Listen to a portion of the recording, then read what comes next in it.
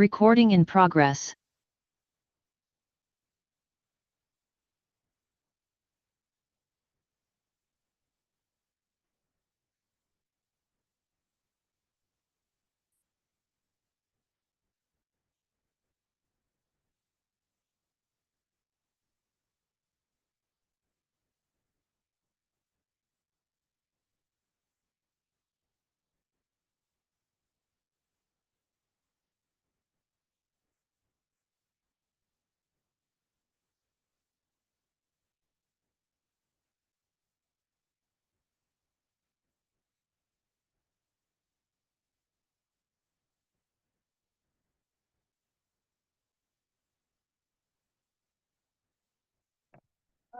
It's a minute before 10 o'clock. I'm going to request that we start settling down. In 3 minutes' time, we'll be starting the meeting.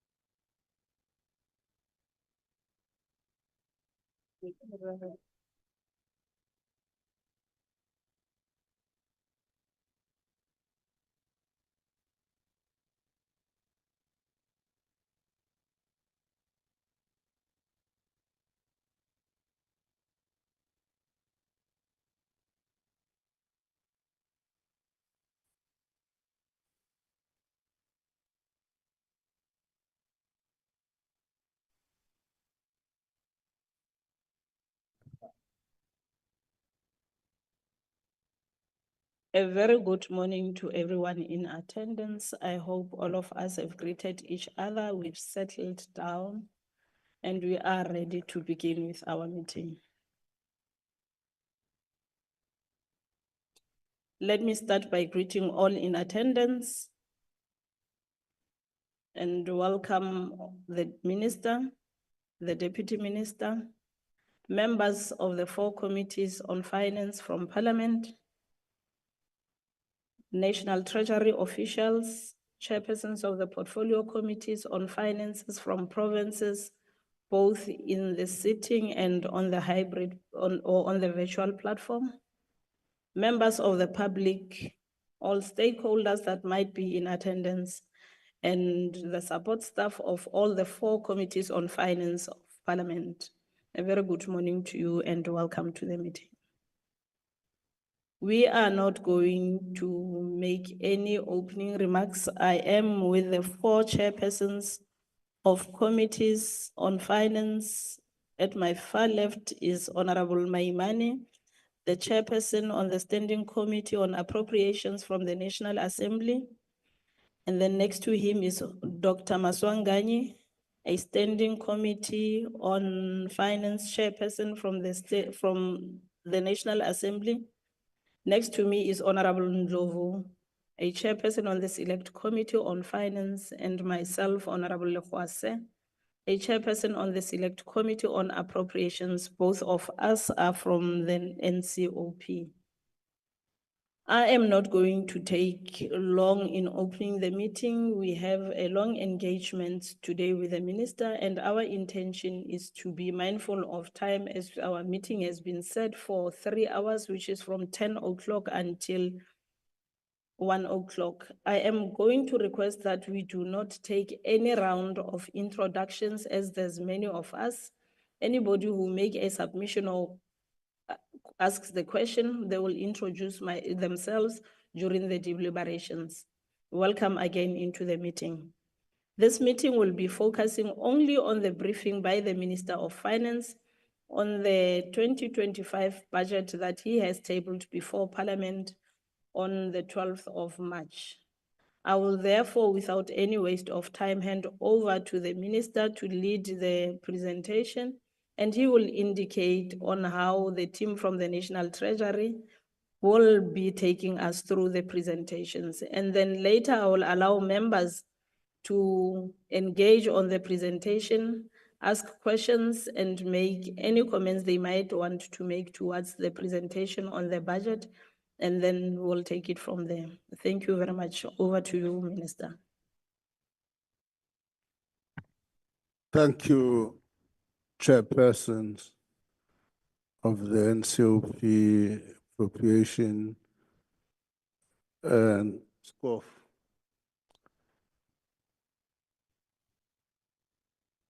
Thank you for the opportunity to find the time to, I'm going to ask the DG to take us through, but I want to make some few comments.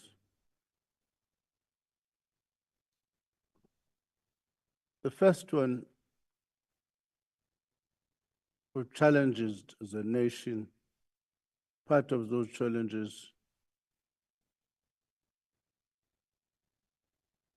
is the erosion and the capacity of our social service to be able to meet the needs, particularly of our poor communities. We make the point, for instance, in the respect to health, that just between March and December last year, we lost roughly about 9,000 professionals. And those professional positions could not be filled. We're going to another year where we should be employing more professionals. What this budget is attempting is to grapple with that question. To grapple with that question. You will be aware that we've had doctors, unemployed doctors, marching to everybody's office. The last march was to my office.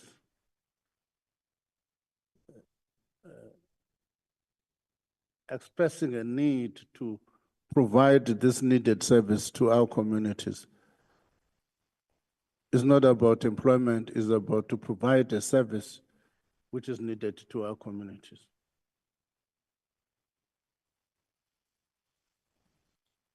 The health budget had been so eroded, as I indicated, that the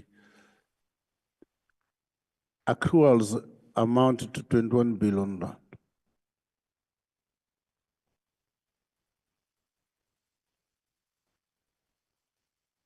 Now, if all of us here as honorable members, we care about these poor communities whose services have been eroded, it's going to be important that irrespective of where we stand on a number of things, we keep our eyes on the ball. And so how do we address that issue? It may well be from a different eye, we have not addressed it, as long as the debate is going to be we must be addressing these needs of our people, but how do, the key question, how? We may have taken a route which, in these circumstances, colleagues may differ. A tax on raising taxes. The similar exercise in education. If you live in KZN, you must know that already KZN was intending to march to protect existing teachers. We may disagree, colleagues, I'm telling you about methodologies and other things, but I don't think we'll disagree on the substantive nature of what we're attempting to resolve. On what we're attempting to resolve. Our defense force lack of funding became clear during the DRC problem. We can't continue in that way.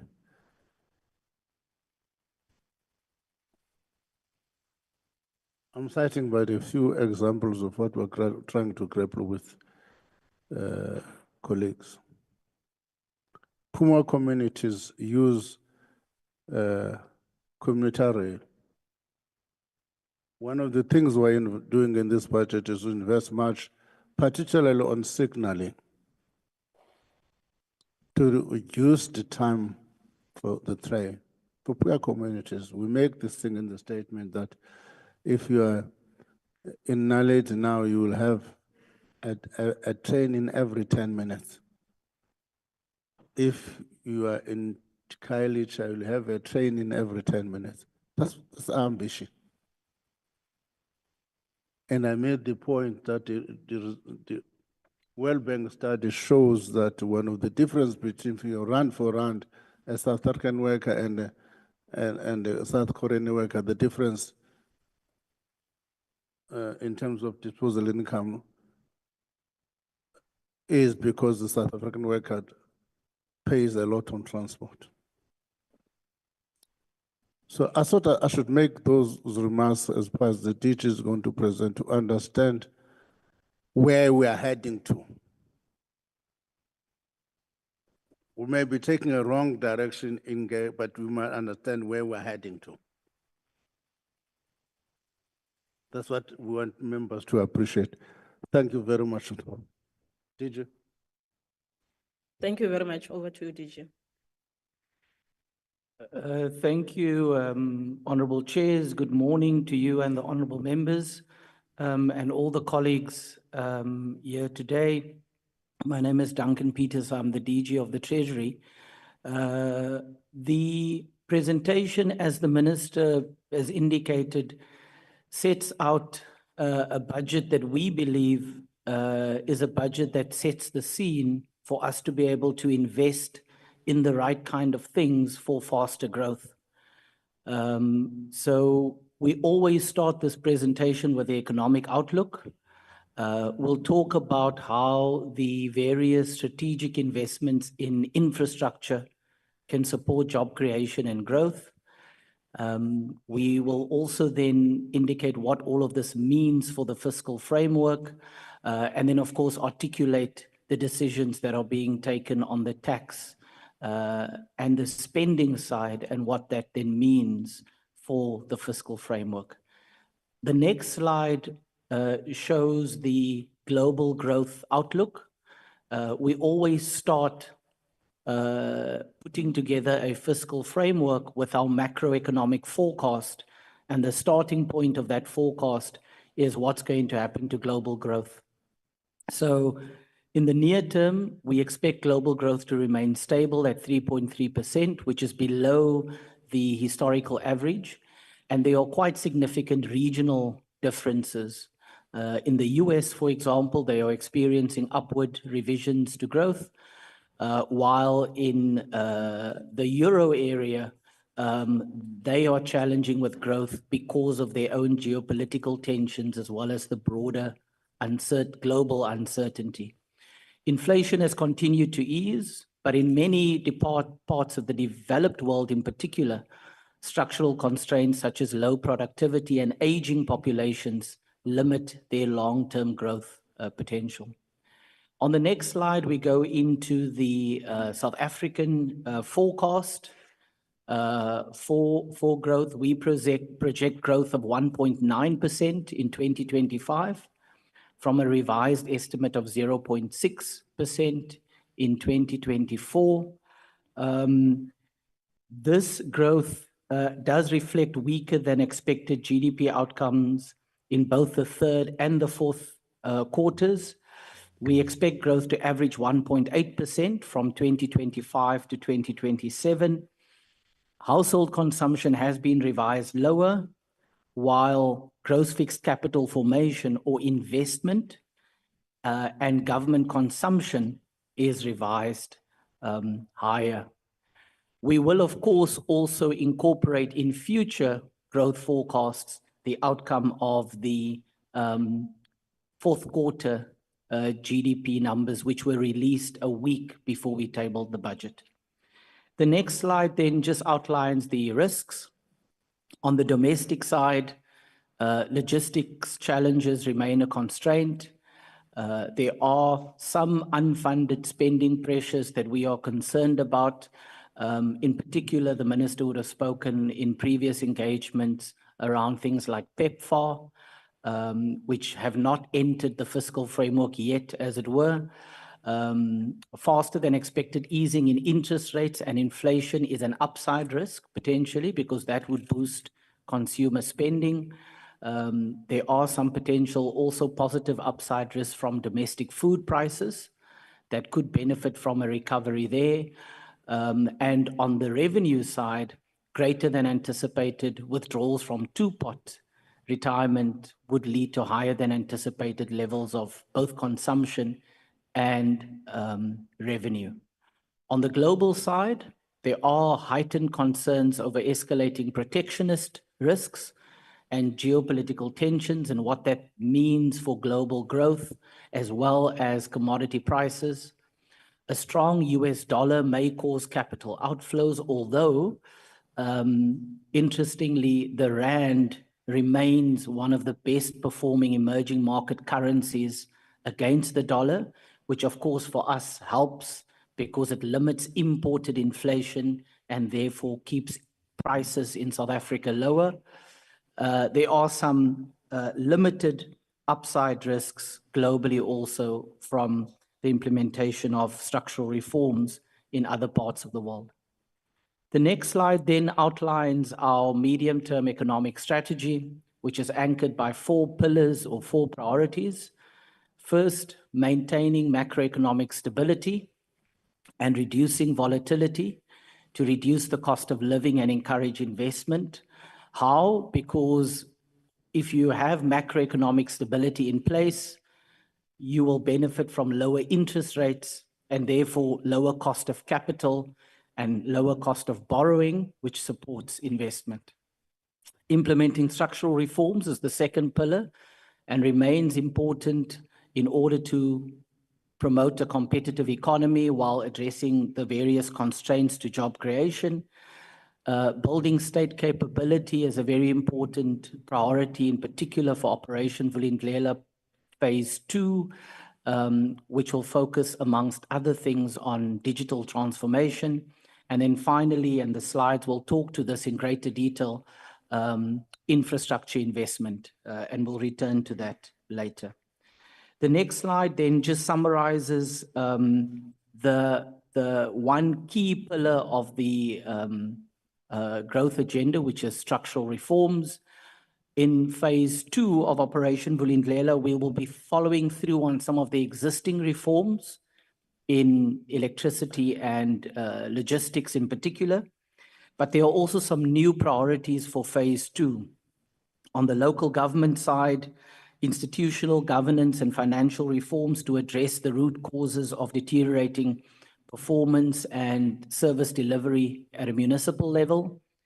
On the spatial inequality side, creating dynamic cities through things like resolving the title deeds challenges, resolving some of the land use and permitting related issues, as well as significant investments in commuter rail which the minister spoke to earlier.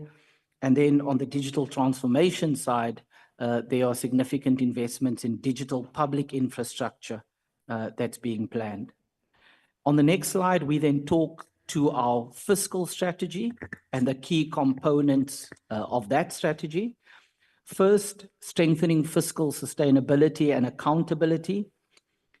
The government is committed to ensuring that we have a growing primary budget surplus, which is the budget balance that excludes debt service costs or interest payments, of 0.5% this year, rising to 0.9% in 25-26.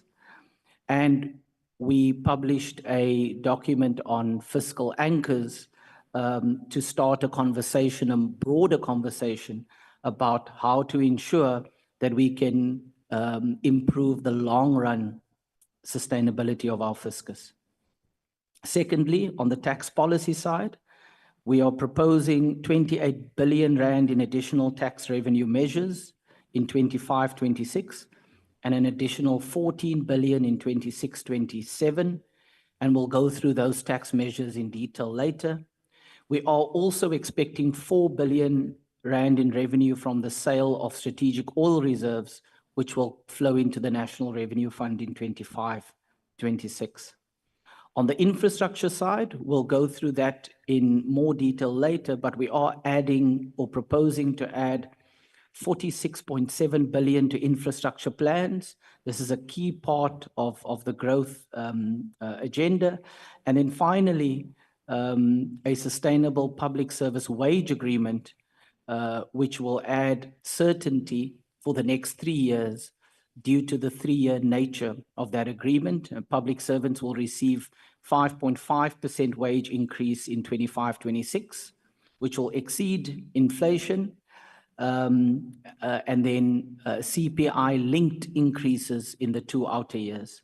This wage agreement will cost the government an additional 7.3 billion in 25-26, and then 8.2 billion by 27-28.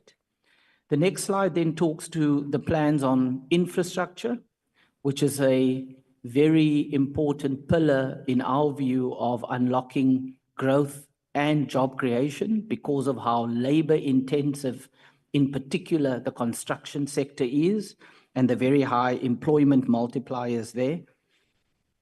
Over the next 3 years, just over 1 trillion is being allocated to public infrastructure, with very large allocations to roads, 402 billion, energy, 220 billion, and water and sanitation, 156 billion over the medium term.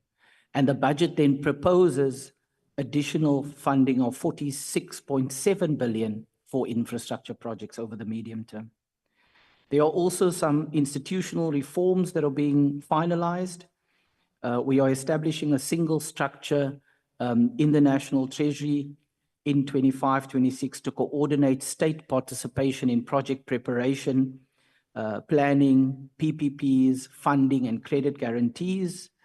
We are bringing together various bits of project preparation, capacity support in GTAC, the PPP unit, and the DBSA, so that we can strengthen the quality and the depth of the infrastructure pipeline. When we talk to the funders in the infrastructure space, there's a lot of appetite, in particular, from the banks and other financial institutions to invest in infrastructure, but the problem is the project pipeline. On the PPP side, public-private partnerships, the PPP regulations have now been finalized and published and streamlined, and they have reduced approval requirements for projects below 2 billion. We have also established a framework, or we have allowed in these regulations for a framework to be established to process unsolicited PPP proposals or bids from the private sector. A lot of entities have called for that because they don't currently have a way of processing unsolicited bids. And the BFI, the Budget Facility for Infrastructure, has approved a further 9 projects worth 55 billion over the next few years, 15.3 billion of which will be funded by the BFI. We are also this year replacing the one BFI window with 4 windows.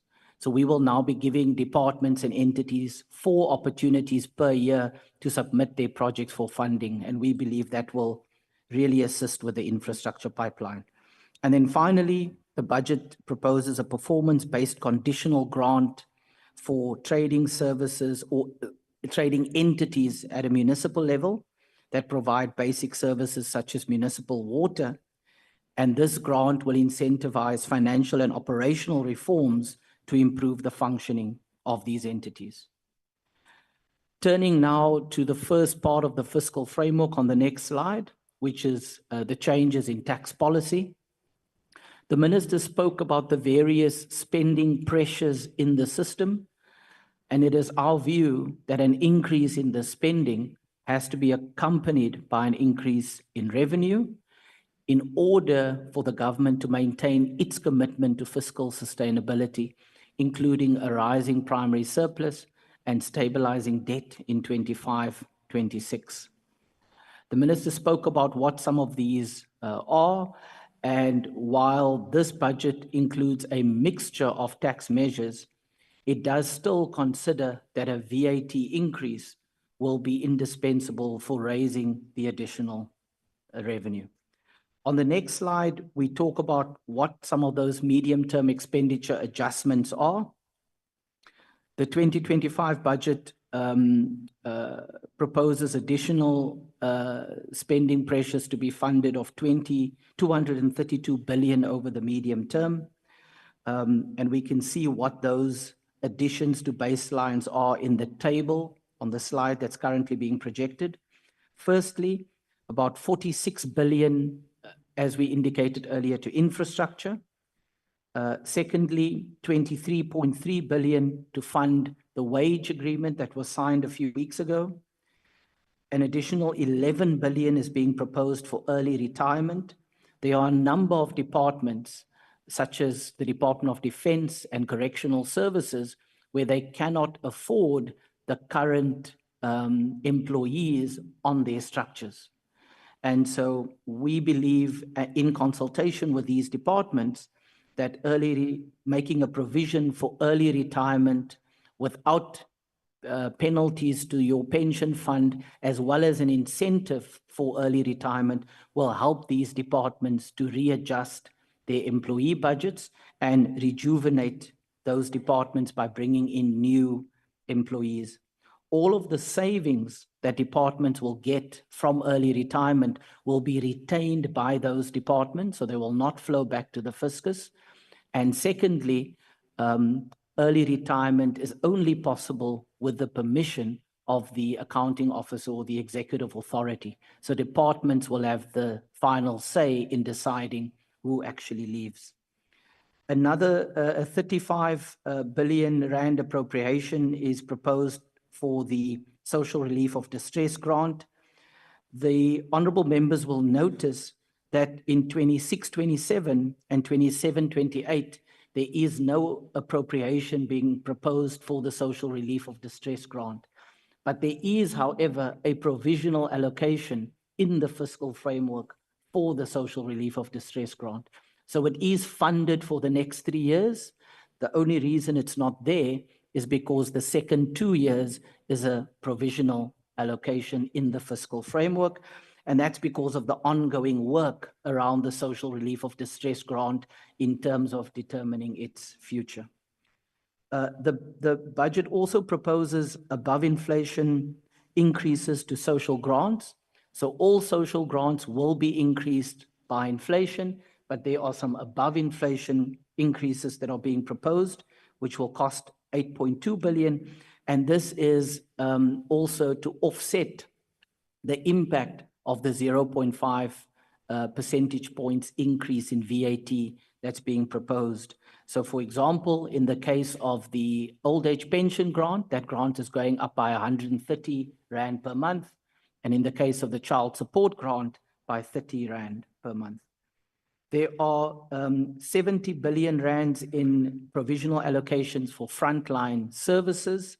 Those are the services that the minister spoke to earlier and will cover on a later slide. And then there are some other spending additions, which we'll also cover later. We are offsetting some of these expenditure additions through reductions in provisional allocations. So, for example, the very large reduction in 25-26 in the provisional allocation was a provisional allocation that was put into the budget for the social relief of distress grant. So that is offsetting the 35 billion above the line. And then we are reducing the contingency reserve.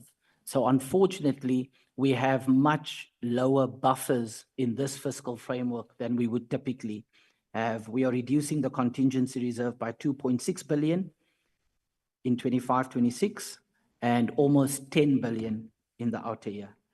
So later on in this presentation, we will take the honourable members through some of the detail of some of these expenditure adjustments. Turning now back to the details on the tax side. On the next slide, we spend a few slides explaining the proposal to Parliament on the VAT rate. So we have considered different options to raise the revenue required in order to cover the expenditure that we have just detailed. We were concerned that increasing personal income tax or corporate income tax would be more negative for employment, savings, investment, and growth than a value-added tax increase. While CIT is imposed on businesses, it is ultimately paid by the people who work there, as well as the shareholders and consumers. And we already have a very high contribution of CIT towards tax revenue. If we look at the second chart, we can see there, relative to the rest of the continent and relative to our OECD peers, corporate income tax as a share of GDP has consistently been much, much higher.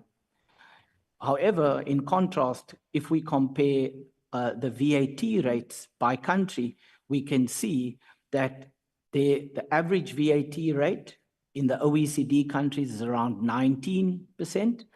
Ours is currently at 15%, and we can see where some of the other countries fall there as well. On the next slide, we go further to talk about PIT. We do have a very high personal income tax rate as a percent of GDP, as well as a very high top rate at 45%, both of which are much higher than other developing economies, which is what the first chart shows. We also acknowledge, and this has been discussed over the last few weeks, that previous tax rate increases for PIT did not raise the expected revenue, because what taxpayers did was they simply changed their behavior in order to avoid the tax. And in fact, when we increased the top rate to 45%, there was a large reduction in reported taxable income in response to that. Then on the next slide, we talk about what's been done to mitigate the impact of the increase in the VAT rate. The government has proposed direct relief to vulnerable households in the form of above inflation increases to the various social grants. We are also proposing to expand the basket of zero-rated items to include canned vegetables, edible offal, and dairy liquid blends.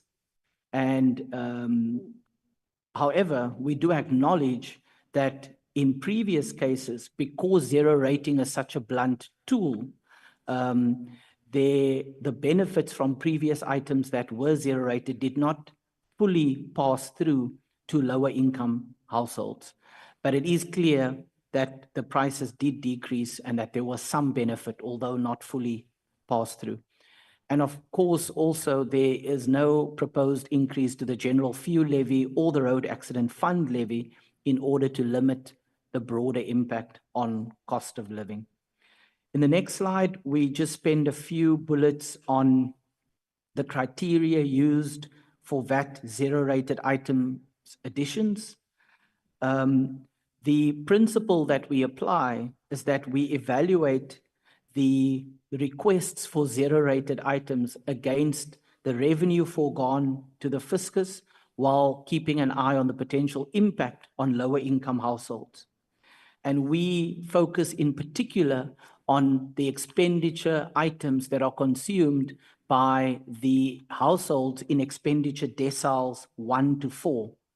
And we target products that are disproportionately consumed by those households so that we are able to ensure that the maximum benefit of zero rating flows through. And the way we do this is by calculating this equity gain ratio that the slide talks about. So we've proposed some additional items as highlighted in the previous slide, and we believe that these items are well targeted and they will limit the revenue foregone to the fiscus. In total, the additional zero-rated items will cost the fiscus about 2 billion rand per year. The next slide then goes back to articulate some of the details of the spending additions, just to remind ourselves what exactly these tax increases are going to pay for, VAT being one of them. First, as indicated on the infrastructure side, funding of the budget facility for infrastructure window 8 projects. We are also proposing additional funding for disaster management. There are quite a lot of disaster-related infrastructure backlogs in several provinces that have not been addressed over the last few years, and we are proposing that those disaster-related infrastructure backlogs are addressed, and that as an allocation of 4 billion. The minister spoke about the additions to PRASA of almost 20 billion over the medium term to deal with signaling. The factory that produces the new trains at the moment has ensured that there are enough new trains on all of the lines, but the challenge is that these trains cannot run often enough to ensure that commuter rail becomes a reliable form of transport. And so the investment in the signaling is what is required to ensure that this takes place. We spoke about the performance grant to turn around trading services in metros. There's a small allocation for the schools build program in the Western Cape, as well as a project, Drakenstein project, and then rescheduling of My City, which is rescheduled over the medium term. We spoke about the public service wage agreement, early retirement, social relief of distress, the above inflation increases to social grants, and then there are additional provisional allocations to frontline services, which add up to 70 billion. Provincial education compensation costs and the expansion of early childhood development, which comes to about 30 billion. In health, unemployed doctors, provincial COE and goods and services budgets, 28 billion. In defense and correctional services, additions for compensation of employees. And then in home affairs to strengthen their digitization efforts and employ more individuals. Order, Chair. Chair, Who's rising? Mark Burke from the DA. The finance minister is asleep at the wheel again. Could we please ask him to wake up? It is unfortunate that I'm not going to entertain such point of orders in this meeting. The meeting is going to be in order. The presentation has been made by the DG, and what you need to be concentrating on is on the presentation from the DG. Thank you very much. I'm not going to take another handoff. Point of orders, we are here for a discussion on the budget. Thank you very much. Thank you, Honorable Chair. The final line item there of 3.2 billion over the medium term is for digitization in home affairs, as well as additional employees in the Border Management Authority. The next slide then talks to additional spending items that were already announced at the time of the MTBPS. At the time of the MTBPS, we announced SARS spending adjustments of 3.5 billion over the medium term. The minister announced in his speech that an additional 4 billion is being allocated there to bring the total to 7.5 billion. There's public employment programs, additions to SUNRAL for GFIP, the troop deployment in the DRC, various other spending additions, and then direct charges. And these direct charges are additions mainly for injury on duty and post-retirement medical benefits. Returning now to the tax slide, I think we'll skip this slide in the interest of time. It just covers the revisions to gross tax revenue projections over the medium term. I think what's more important is the next slide, which talks to the very specific tax proposals. These tax proposals will raise 28 billion in 25-26, as well as an additional 14.5 billion in 26-27. What are these tax proposals? Firstly, on the direct taxes side, we are proposing not a rate increase in personal income tax, but we are proposing no inflation readjustment to tax brackets. And that raises an additional 18 billion in the first year, rising to 20 billion in the outer year. What we would typically do in every fiscal framework is we would adjust the SARS tax brackets by inflation so that people don't end up in a higher tax bracket only by virtue of getting an inflationary linked salary increase. If we don't do that, which is what we would typically do, we then raise additional personal income tax, but that of course means in effective terms, the relevant taxpayers are paying more taxes. We are also proposing no inflation readjustment to medical tax credits, which raises an additional 1.5 billion. On the indirect taxes side, as we've indicated previously, we are proposing a 0.5 percentage point increase in VAT in 25-26, which will raise 13.5 billion up to 15 billion in the outer year, and then an additional 0.5 percentage point increase in VAT in 26-27, which of course won't raise any funding this year, and taking effect in 26-27, it will then raise 15.5 billion. We indicated earlier that the zero-rated items will cost around 2 billion, so we are losing revenue there. There's no adjustment to the fuel levy, and because we always assume an inflationary linked adjustment to the fuel levy, that means we are losing 4 billion. There's some diesel refund relief to primary sectors, mainly agriculture, that costs in 26-27 1 billion rand, and then above inflation increases to excise duties on alcohol and tobacco, which will raise 1 billion. And that brings us to a net impact of 28 billion in 25-26, rising to 46 billion, sorry, in 27-28. Just a small point on the personal income tax side. There has been some confusion, including when we've engaged with journalists and economists on the PIT bracket creep relief. There is no inflation readjustment to tax brackets in 25-26, but we assume in this framework that there will be inflation adjustments to tax brackets in 26-27 and 27-28. It's just that the 18 billion from this year flows through over the medium term. So this fiscal framework does assume that next year we will be providing inflationary adjustment to tax brackets. Returning now to the spending side on the next slide, what does that mean?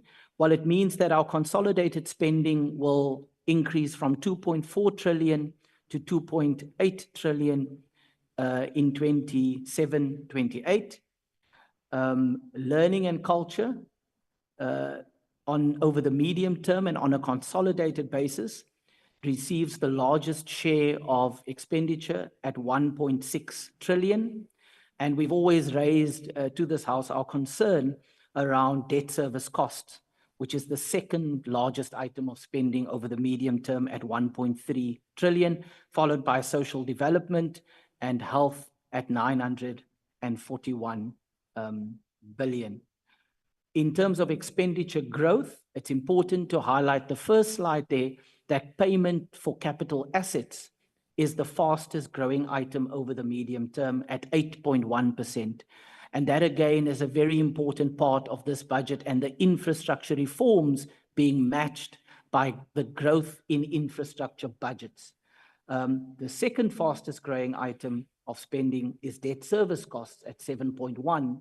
And that, of course, remains a concern for us, which is why it's so important for us to not fund the additional expenditure from additional borrowing. On the next slide, we then show the consolidated budget balance, and the budget deficit is projected to narrow to 3.5% of GDP by 27-28. The revenue next year will be over 2 trillion at 2.2 trillion in 25-26, while expenditure is 2.6 trillion, giving us a budget deficit of 370 billion. And it's that budget deficit that we need to borrow for, in addition to the redemptions that become due. And that puts a lot of pressure on our gross borrowing requirement, which I will return to later. The next slide then shows the division of revenue over the 2025 MTF.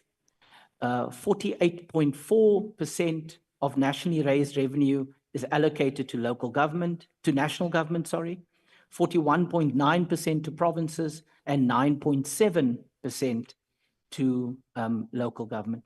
We are announcing quite a few conditional grant reforms in this budget as well, which are aimed at streamlining the conditional grant system, combining different conditional grants, enhancing flexibility in the conditional grant system, and ensuring that we get better value for money out of our conditional grants. Conditional grants are quite important because they activate a lot of the infrastructure service delivery and spending. On the next slide then, almost at the end, Honourable Chairs, the gross borrowing requirement is reducing over the 2025 MTF period. In 25-26, the gross borrowing requirement is 3 billion higher than projected, which partly due to a slightly higher budget deficit, but this is offset by a reduction in the Eskom debt relief. The final Eskom debt relief, which was going to be 70 billion rand, has been reduced now to 50 billion rand, saving the taxpayer 20 billion rand in additional funds that would have gone to Eskom. We are now providing Eskom with 40 billion rand in 25-26 to redeem debt that is maturing in April next year, and then another 10 billion for debt that is maturing in May 2028, adding up to the 50 billion, which is lower than the 70 billion initially penciled in. But it is clear that over the medium term, we are reducing the gross borrowing requirement, certainly for the next 2 years, in particular in terms of our domestic long-term loans, which will come down from 345 billion to 323 billion in 26-27. Next slide shows what does all of this mean for gross loan debt. Gross loan debt will peak at 76.2% of GDP, which is higher than the 75.5% anticipated at the time of the MTBPS. But what's very important is that debt to GDP is still peaking in 25-26, as per our commitment in previous budgets. The next slide talks about state-owned companies and some of the challenges there.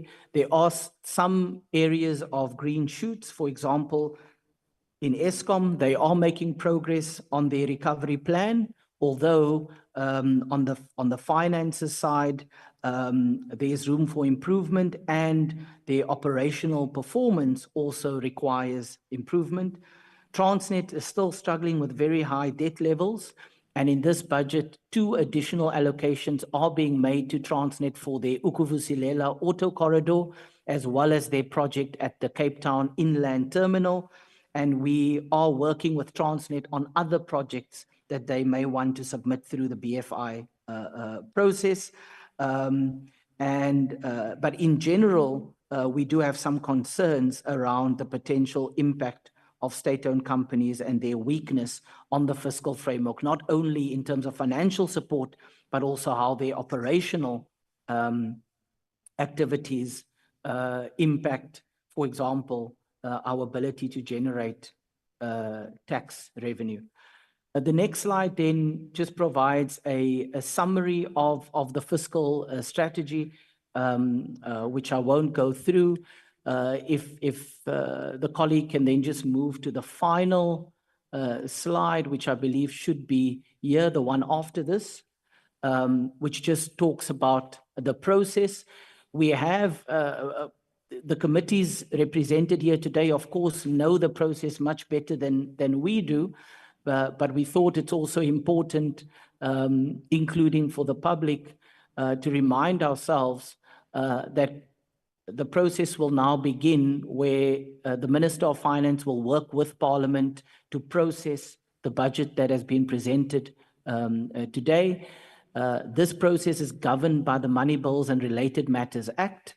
And of course, the starting point is that the committees will process the fiscal framework to the National Assembly and NCOP within 16 days or as soon as reasonably possible thereafter. And then, depending on whether the committees accept or amend the fiscal framework, there will then be an engagement process with the Minister of Finance and the National Treasury that is set out there. The annexures to the detailed presentation provided sets out the details of that process and covers both the provisions in terms of the PFMA as well as the Money Bills and Related Matters Act. Very importantly, from 1 April onwards, expenditure is governed by Section 29 of the PFMA, which provides for departments to continue spending in the absence of a passed budget up to 45% of last year's allocations for the first 4 months. But this, of course, does impose limits on the ability of departments to spend any new allocations. That is not provided for in Section 29 of the PFMA. I will leave it there, honourable chairs and honourable members. Minister, back to you. Thank you.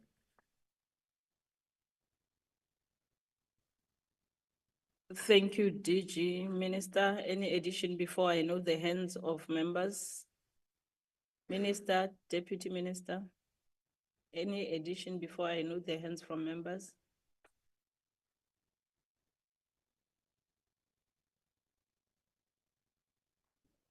Give an honourable member. I was worried that honourable from the didn't clap hands when we showed that we're giving ourselves more money. Thank you, members. I am going to take a round of hands from the House before noting those that are on the platform for any clarity-seeking question or any comment that may be coming from members. I think it would be better for me to go row by row, starting with Honorable Mkonto going down, and then National Treasury will be noting the questions as they are asked, then later respond. Or I don't know if I should say I should take the first row, they respond, take the second row, they respond, or you want a round of questions. It's better if I take all the questions at a go, and then they'll give responses later. Let me take all the questions in the House. They respond, then I'll give those that on the virtual platform. Over to you, Honorable Mkhonto. Thanks, Chair. Good morning to you, Chair, all the chairs in front there, the Minister and his team, honorable members and colleagues. Chair, my first question will be based on the 28.9 billion allocated to keep 9,300 healthcare workers employed.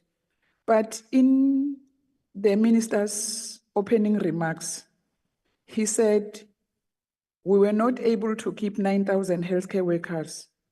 Why was this not done in the first place? Because we all know that we have a dire need of health workers in this country. 800 post-community service doctors. Is this going to address the doctors that we saw protesting in the Eastern Cape and in Mpumalanga, that they are qualified, but our government is saying there are no jobs for them? The basic income grant increase of 24 rand per day, that is below real value compared to the 17 rand per day in 2017. With the average 5% average inflation, are we considering the livelihoods of our people, or is just an increase? Because if inflation, the increases don't take into consideration the inflation in the country, then it means there is no real value for those increases. Chair, the last one, we are having 16.9 million unemployed people in South Africa, and predominantly these are young people, graduates, people expected to start independent life, build families, and contribute meaningfully to the economy of the country. The VAT increase that is being proposed has clear time frames that by this time we'll have a 0.5 increase, by this time another 0.5, and it makes 1%. But we don't get a clear and achievable plan for job creation. We can't increase VAT to the unemployed masses of this country. That will be my question, Chair, as to when is the issue of the unemployed youth going to be addressed, and it also in conjunction with the early retirements that we are expecting departments to approve. The 30,000 people that qualify to take early retirement, are we aware that most of these people are breadwinners because their children are seated at home unemployed? Now we want them to take early retirement. We are increasing another unemployment in the country. The building of state capacity, as long as the EFF has been alluding to this matter to say, as long as we are with the tender system, there is no way the building of state capacity is feasible in this country.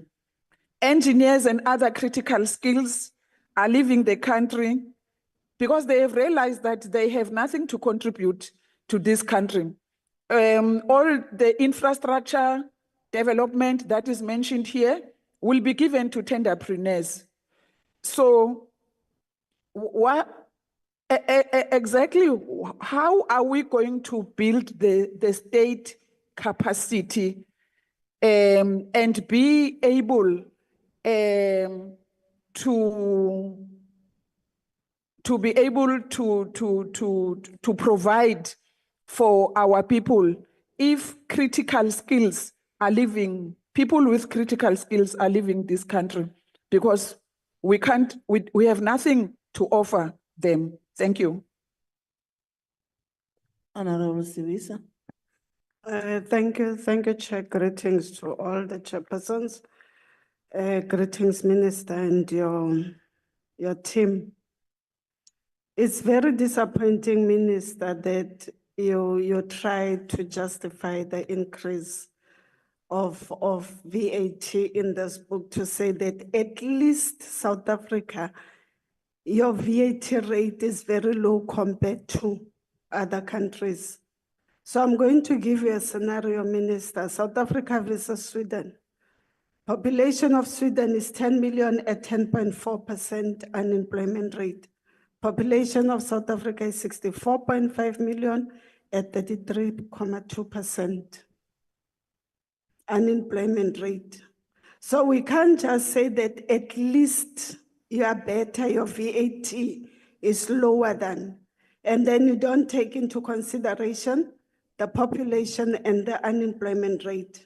Because again, you are saying that we must be grateful that we do not increase the personal income tax, but in reality, it means that the taxpayer is not exonerated from paying tax because it's coming via the increase of the VAT. So there's nothing miraculous about not increasing the personal income tax. There's nothing special about saying that we are increasing the list of non-zero VAT items. Because again, those unemployed, 33.2% people are not exonerated from paying tax one way or the other, whether it's the non-zero VAT items or is the VAT items, they are going to contribute towards the tax in South Africa. So at this moment, Minister, we should be speaking about job creations. We should be speaking about how are we going to sustain South Africa, and in none of everything that you have spoken, is there any way where it's spoken about job creations? How this whole thing is going to affect South Africans? Implications, and how does the increase in VAT affect South Africans? It's as long as we don't have job creations, Minister, as long as we don't have means of getting our people to be employed, there's no solution that's going to happen, because even all the money that you've spoken about, it means that we'll have to go and borrow money somewhere. There's no money in South Africa, and that whole thing is going to affect South Africans. Now, Minister, my question would be, what plans do you have, or what are we going to do, or what industries does the Treasury believe will generate jobs? If the government is actively stimulating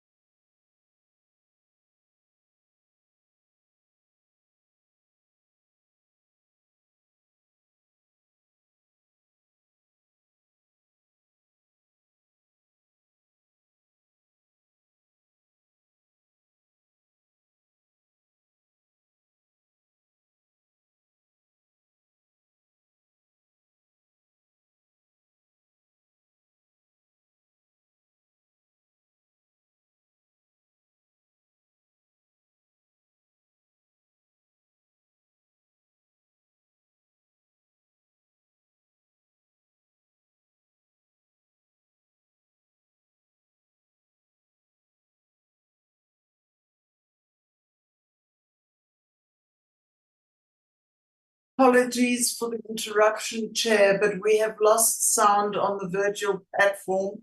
Could this be addressed, please?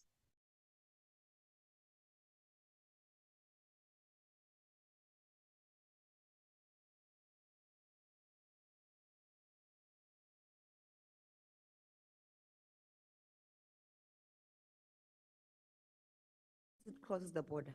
It's much cheaper. Actually, nice. I stay in the border of Botswana and South Africa. It's better for me to go and refill my car in Botswana than here in South Africa. Why? Because they don't pay the tax, the fuel levy. I have to pay the fuel levy. Their VAT is 14%. Mine is 15% going into 16%. Their income tax, Minister, is 25%. Mine is 45%. So it's disingenuous, really, to compare. And the list goes on and on. I can speak the whole day about these countries that you have listed here. So you can't say you did not increase it and therefore you only increase it. You've effectively increased the personal income tax. Petrol today is 22 rands. Let's look at it 3 months down the line. How much it's going to be? The price of bread. Let's look at, so you need to say the implications of us increasing this VAT will be felt by the same people that we are saying we're protecting them from the personal income tax. And you are not touching on the corporate tax, Minister. It was 29% previously. It was reduced by your own government to 27%. Why is it difficult for you to take it back to 29%? What is it that you are protecting so much on the corporate tax? Because, and SARS, that's where it comes in. This corporate tax has gone down. Yes, we agree that there hasn't been a lot of economic activities and companies are not doing well. But what about illicit financial flows? What about tax avoidance? What are we going to do to get these monies out from these companies that are avoiding tax and that are causing you, the SARS commissioner, not to collect revenue for our people? Chair, this Operation Vulindlela, by the way, Minister, it doesn't matter. You can change the name today and make it Operation Buladitsela. The reality is that it started in 2019. It was introduced in 2019. When you came in 2021, you changed the name to Operation Vulindlela. But it effectively does the same thing. You say you want to create jobs. You say you want to create state capacity, but you are introducing private sector. Even worse, you are saying you want to de-risk project that comes from the private sector. Who's going to bear the burden of that risk of this private sector? Why would your own government have so much faith in the private sector than in your own entities? Look at Transnet as an example. Transnet, not very long ago, by the way, less than 10 years ago, 6 years ago, I was there. We used to move over 200 million tons of cargo per year. Today, Transnet is only recording 150 million tons. What has happened? The bulk commodities still remain the same in the country. The rolling stock still remains the same in the country. The track rail still remains the same in the country. What has changed is management. So why would you think the private sector is going to come and assist Transnet to move cargo back to over 200 million? I see that you are ambitious. You're even saying 250 million tons. It's not going to happen. The issue is not the bulk commodities. The issue is not the railway network. The issue is not the rolling stock. The issue is the people that you have deployed at Transnet. That has got nothing to do with the private sector. Private sector will not bring rolling stock. If anything, what Ramasi is talking about, SAA is an example. You sold the aircrafts only to lease them back at the higher price. So that's exactly what you want to do, even with Transnet, because we are saying the private sector must come in. What are they coming in with? They are not bringing any skills. They are not bringing any roll stock. So what exactly are they going to do? And that's what Operation Vulindlela does. In the railway sector, in the energy sector, they are not bringing anything. And you are saying you want to de-risk those projects. It's very wrong, Minister. Now, let's look at briefly. I know the chairperson is going to stop me very soon, which, by the way, it should not be the case, because we can't be limited to 5 minutes when you have spoken, when I mean, for over an hour, and on a budget that is supposed to cater for 62 million people. If it means we have this meeting again for constant engagement, I'm saying we've got 3 months to have this thing. Otherwise, we are actually going to have even more problems. Chair, your foreign borrowing. You're prioritizing your foreign borrowing and not domestic borrowing. Why? And we've said this before. And by the way, the point that we are trying to make is, Minister, there's nothing wrong with borrowing money, but there's everything wrong with borrowing money to pay debt. Borrow money, create revenue generating projects for you to service that debt and still make more money for you to fund the same people. You spoke about 9,000 employees that were laid off, that you could not keep. So basically you are saying, let's just keep the status quo and let's just continue moving on and hoping for a miracle.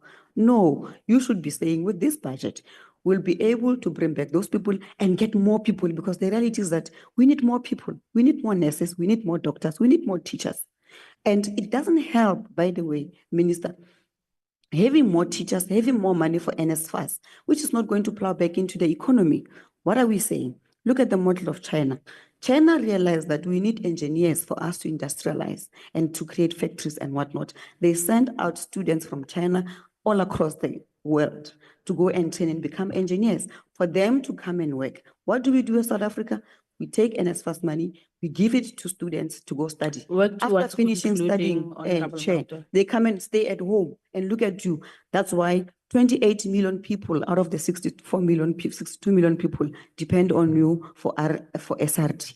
We're saying, let's give this money, but let's create job opportunities so that these students can come and back and plow back into the economy. That's how you grow the economy. I've got a lot to add, Chair, because essentially, we agree that we need to make it work for all of us. We are in a crisis, and this crisis was brought by the former liberation movement. But we are happy that we are here to make a contribution, because we want to see this South Africa. We don't have any other home. We don't have the luxury of being called to be refugees in America. This is our home. We have to make it work. If Thank there's you. still time, you will get a second round, if the time allows. Thank you very much. Next, Honorable Member. Thank you very much, Chair, and to the Minister and to all colleagues and National Treasurer and everyone present here today. My name is now Tambo. I'm a member of Parliament deployed by the Economic Freedom Fighters. So I think I must begin by stating that there's a lot of, there's an attempt to create an impression that we must all take collective responsibility for the shortfalls in revenue generation and the challenges facing our economy. And I think it's completely unfair. And I think the first budget speech by the minister, which was unfortunately leaked, as he said, was much more explicit in telling us that the avenues they've exhausted to try to stimulate economic growth, which have failed and which the EFF would told you over the past 10 years would fail. Because in your attempt to ring fence us and corner us into only using an increase to VAT as an option, you mentioned that we cannot continue to pursue the route of budget cuts to critical services, which is essentially austerity, which we warned you against. You mentioned that we cannot continue, and that doesn't even need you to mention, that we cannot continue with the reckless and irresponsible levels of borrowing that we've been pursuing, which, by the way, we see no outputs or productive outcomes of.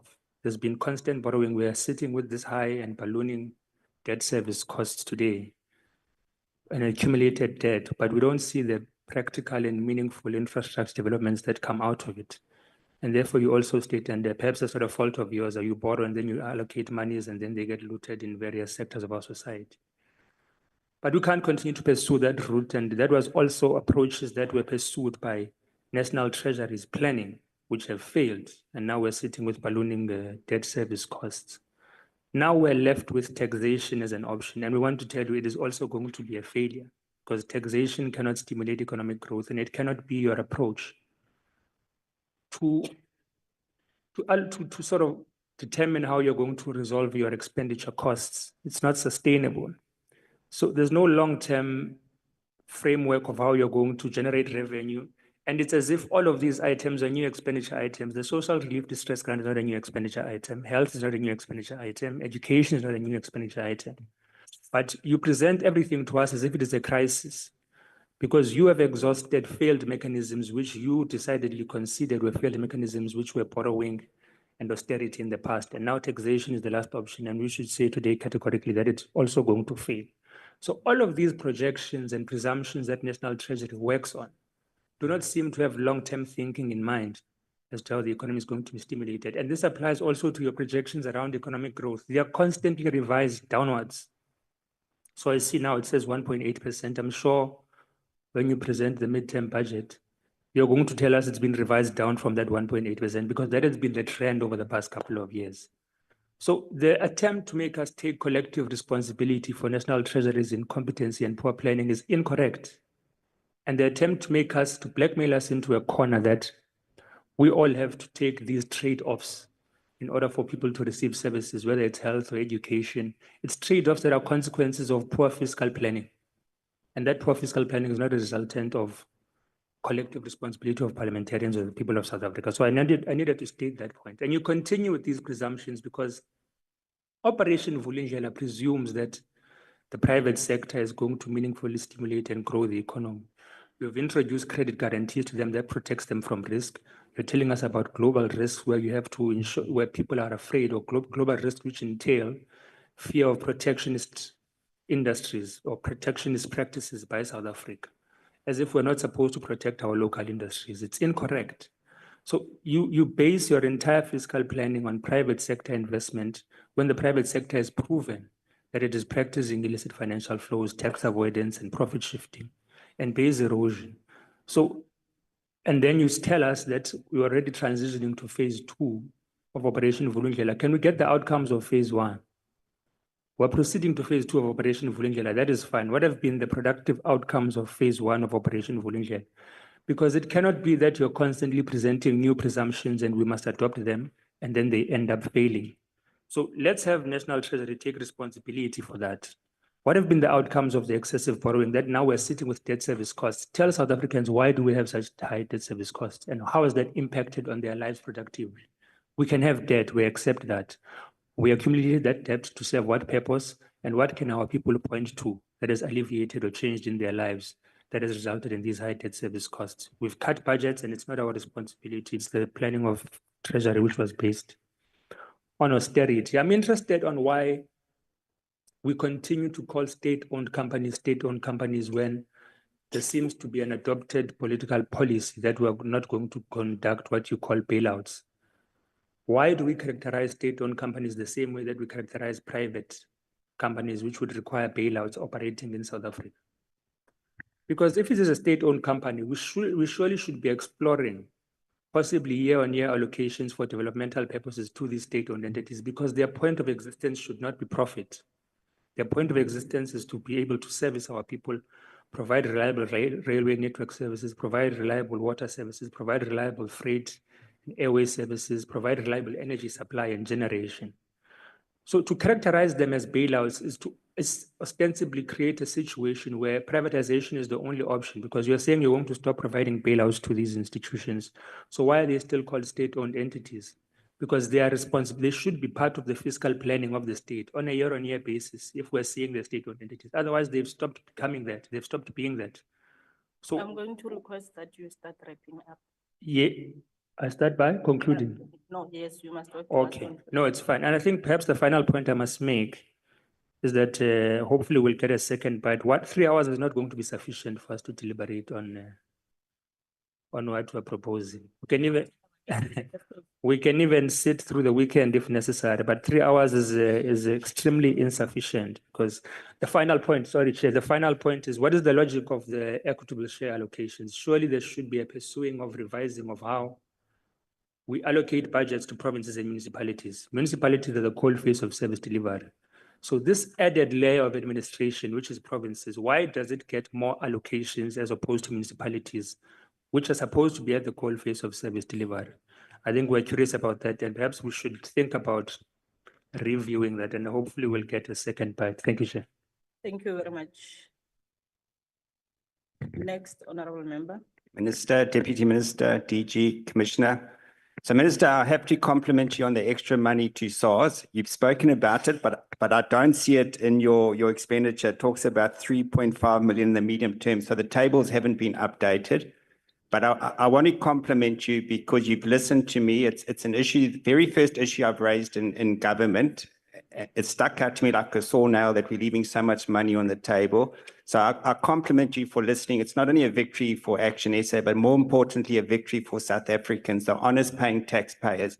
So I really compliment you, and I do think it can be a game changer. It's now over to the Commissioner and his team. but we back them and we're grateful for the work they're doing. You know, they collect 90% of our government revenue. If any organization needs to be properly equipped, it's SARS. So I compliment you on that and I thank you for listening. It's huge, and on behalf of South Africans, thank you. The other thing too, as a constructive opposition, when things are good, we need to say it's good. And I think the ECD, increased money to ECD is imperative. I read a study many years ago, World Bank says it's the greatest investment you can do as an ECD. So I think that needs to be acknowledged and say, well done on that. And then the other area that I'm going to implore you, Minister, you listened to me last time and I hope you listen to me again, is that I sit on scope and I sit on the Auditor General, and it's patently clear that there's just too much wastage, corruption and incompetence in the system in government departments and entities. It's like a bucket. It's pointless filling the bucket up with water if it's got a massive hole in it, because it's just going to keep running out. And that's what's actually happening at the moment. I mean, in scope of the last couple of weeks, it's been horrific. Just two examples is a compensation fund and the UIF fund. Combined revenues of 46 billion. 46 billion, so it's huge amounts of money. They're a cesspool of corruption, incompetence and wastage. The compensation fund has had a disclaimed audit report for 12 years. The first comment the Auditor General says is there is a total breakdown of internal controls, not just a little breakdown, total. So there's so much money going out the door. And I think we wouldn't have to have tax increases if we could cut the leakage. And I'm happy to engage with you and give you some thoughts about it. And if we could ring fence some money, and the AG said to her, she was quite exasperated the other day, and I said, what is the one thing you would like to see? And she said she would like to see corrupt officials in orange overalls, because until there's accountability and consequence management, the money will keep going out the back door. So we would like to see money ring fence for corruption, disciplinary hearings, and fast track that. So that is huge. And I know you can't do anything about this, Finance Minister, but they say a fish rots from their head. You know, our cabinet is the most bloated cabinet we've got, and the cabinet ministers live a life of opulence. The Minister of Human Settlement spent one night in overseas, 198,000 for one night's accommodation. That could have built a house for one family for the rest of their lives.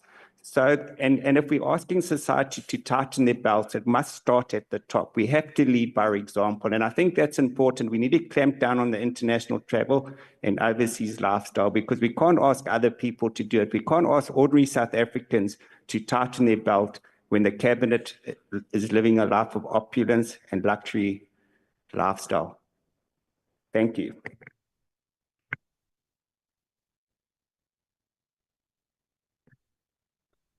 I'll be a bit briefer than my colleagues. I've got one question for the Minister and two questions for the officials here.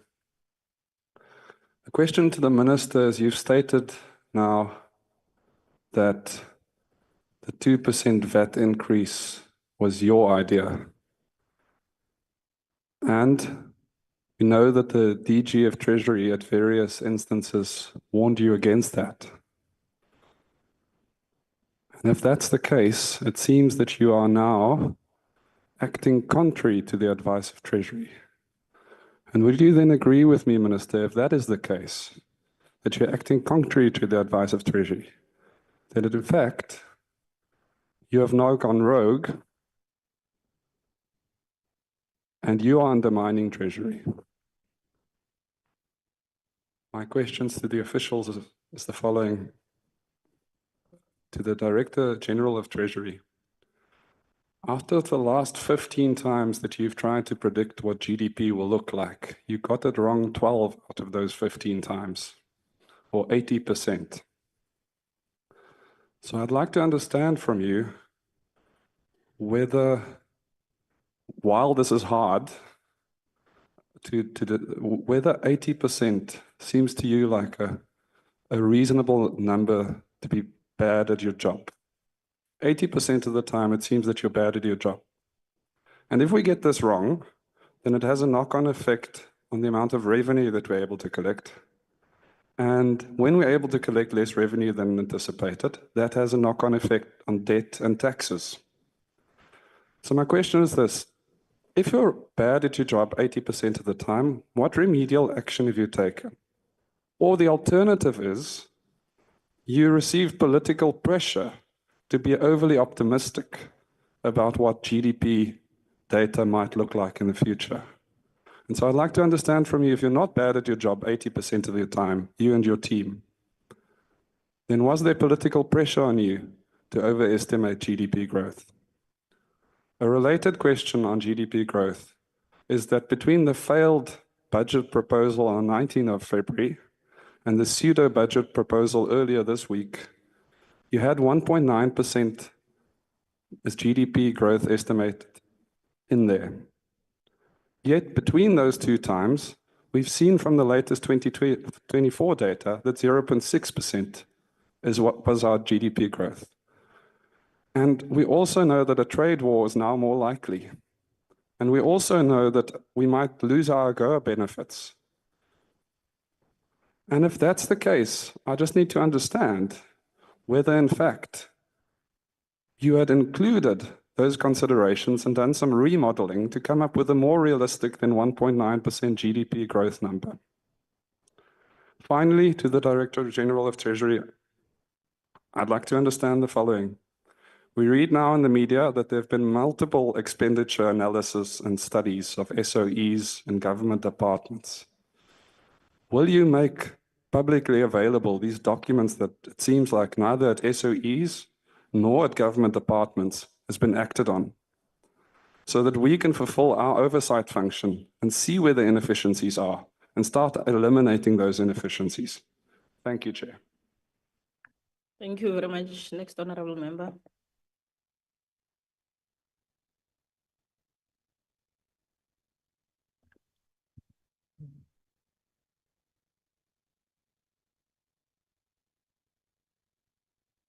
Honourable Minister, good morning. It has not been an easy week for you, and we appreciate that, and we are with you. I want to just share a little bit of my own life story. I've been married 26 years to my wife, bless her soul, keeping up with me. And there's a reason why I'm asking and telling you this. You know, we're in a partnership, and there are a certain set of values that we really, truly, as partners, appreciate and support. And one is that we are both equal in the relationship. The second one is that we are brutally honest. Thirdly, that we have got mutual respect, and that we are very open with each other, and that we communicate when we are not happy. And also that we will allow each other to add value to the process. Honourable Minister, a number of very strong and very valid submissions were made by the DA to you. None of them have got your support. Is it just being defiant, or are you really just want to assist us and let us go together as partners?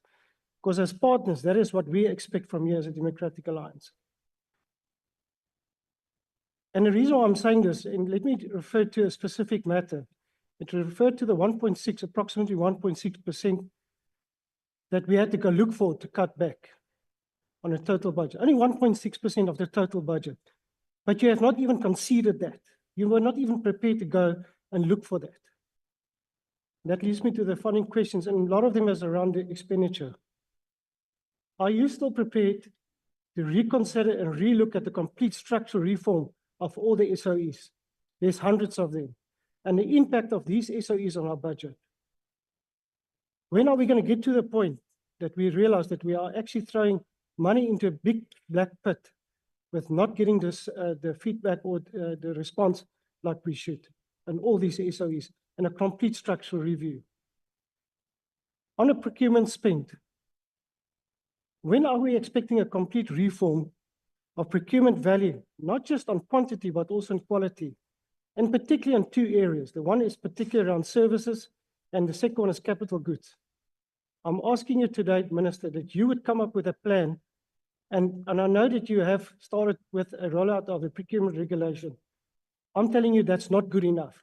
We are still paying way over what the average man in the street would be paying for goods and services as a government. That gravy train has to stop, and it has to stop this year. I would like to ask you, have we considered and factored in the matter of the AGOA in this conversation, and what do we see as the end result if something does happen with the withdrawal of the AGOA agreement? And what is your plans around that? A last point, Minister, is the matter of the unions. We keep on paying above salary increases above inflation rate. When are we going to get to the point that the tail stops wagging the dog? Thank you, Minister. Thank you, Honorable Member. The next member may come in. Thank you to our chairs and to the Finance Minister, Honourable Finance Minister, Honourable DG, thank you very much. The Minister caught my attention with 3 words in particular. He said, if we care, and we do care. We do care. And in particular, we care about the millions and millions of South Africans who don't have work, who don't want a grant nearly as much as what they want a job. And if we're going to create jobs for South Africans, we have to get our economy moving.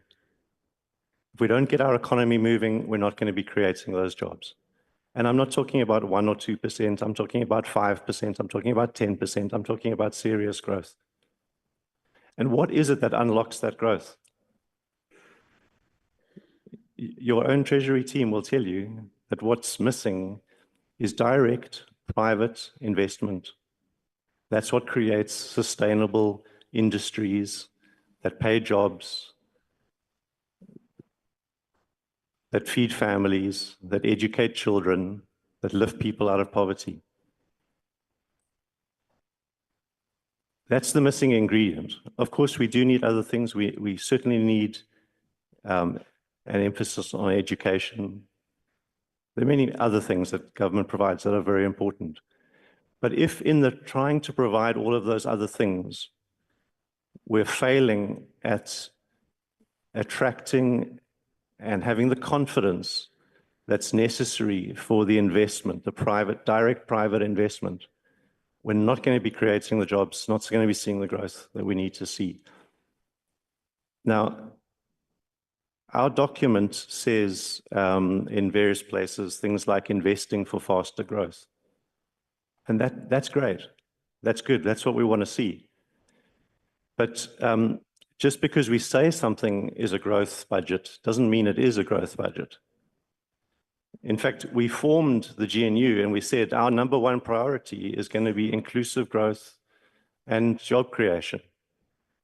But saying that doesn't mean it's going to happen. If our policies don't change and if our practices don't change to line up with that primary priority. Now, we have 4 pillars, 4 macroeconomic pillars. I want to submit that there's one that's maybe implied, but it needs to be more explicit, the missing 5th pillar. And I say it's implied because structural reforms could bring this about, but I think we actually need to say that there's a pillar which is called direct private sector investment. And if we focus our attention on that pillar, then we're going to start to unlock the economic growth and we'll start to unlock the job creation that we need. Now, to do that, we have identified some of the roadblocks, like our dismal performance of our ports, the dismal performance of our freight rail. We can see how that affects us, but we need to go behind the question, not assume we know the answers, but ask the question, what is it that's causing the crisis, the low level of direct private investment in South Africa? Why is it? That is a crisis. That is the crisis.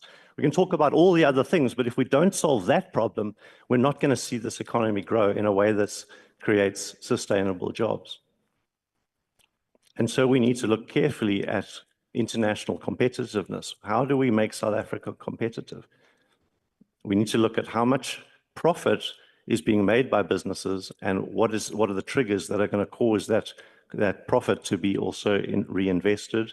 How do we boost domestic savings and so on.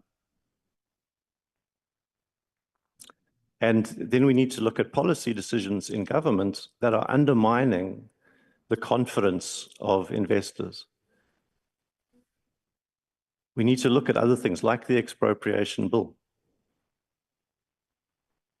we have a government that feels like it's running in two directions at the same time. It makes one or two good statements and then it moves two statements the opposite direction. One moment it's blowing warm towards business and growth and economy and job creation. Another moment it's doing other things which are totally undermining it. Let me just crystallize this with a question because I don't want to go on for longer than my time. But I think it's fair to expect that your econometricians would model tax increases and their effect on GDP. That would be a very responsible thing to do and expected. So what did they find is the effect of a 2% VAT increase on economic growth? And what did they find is the effect of the reduced VAT increase on economic growth?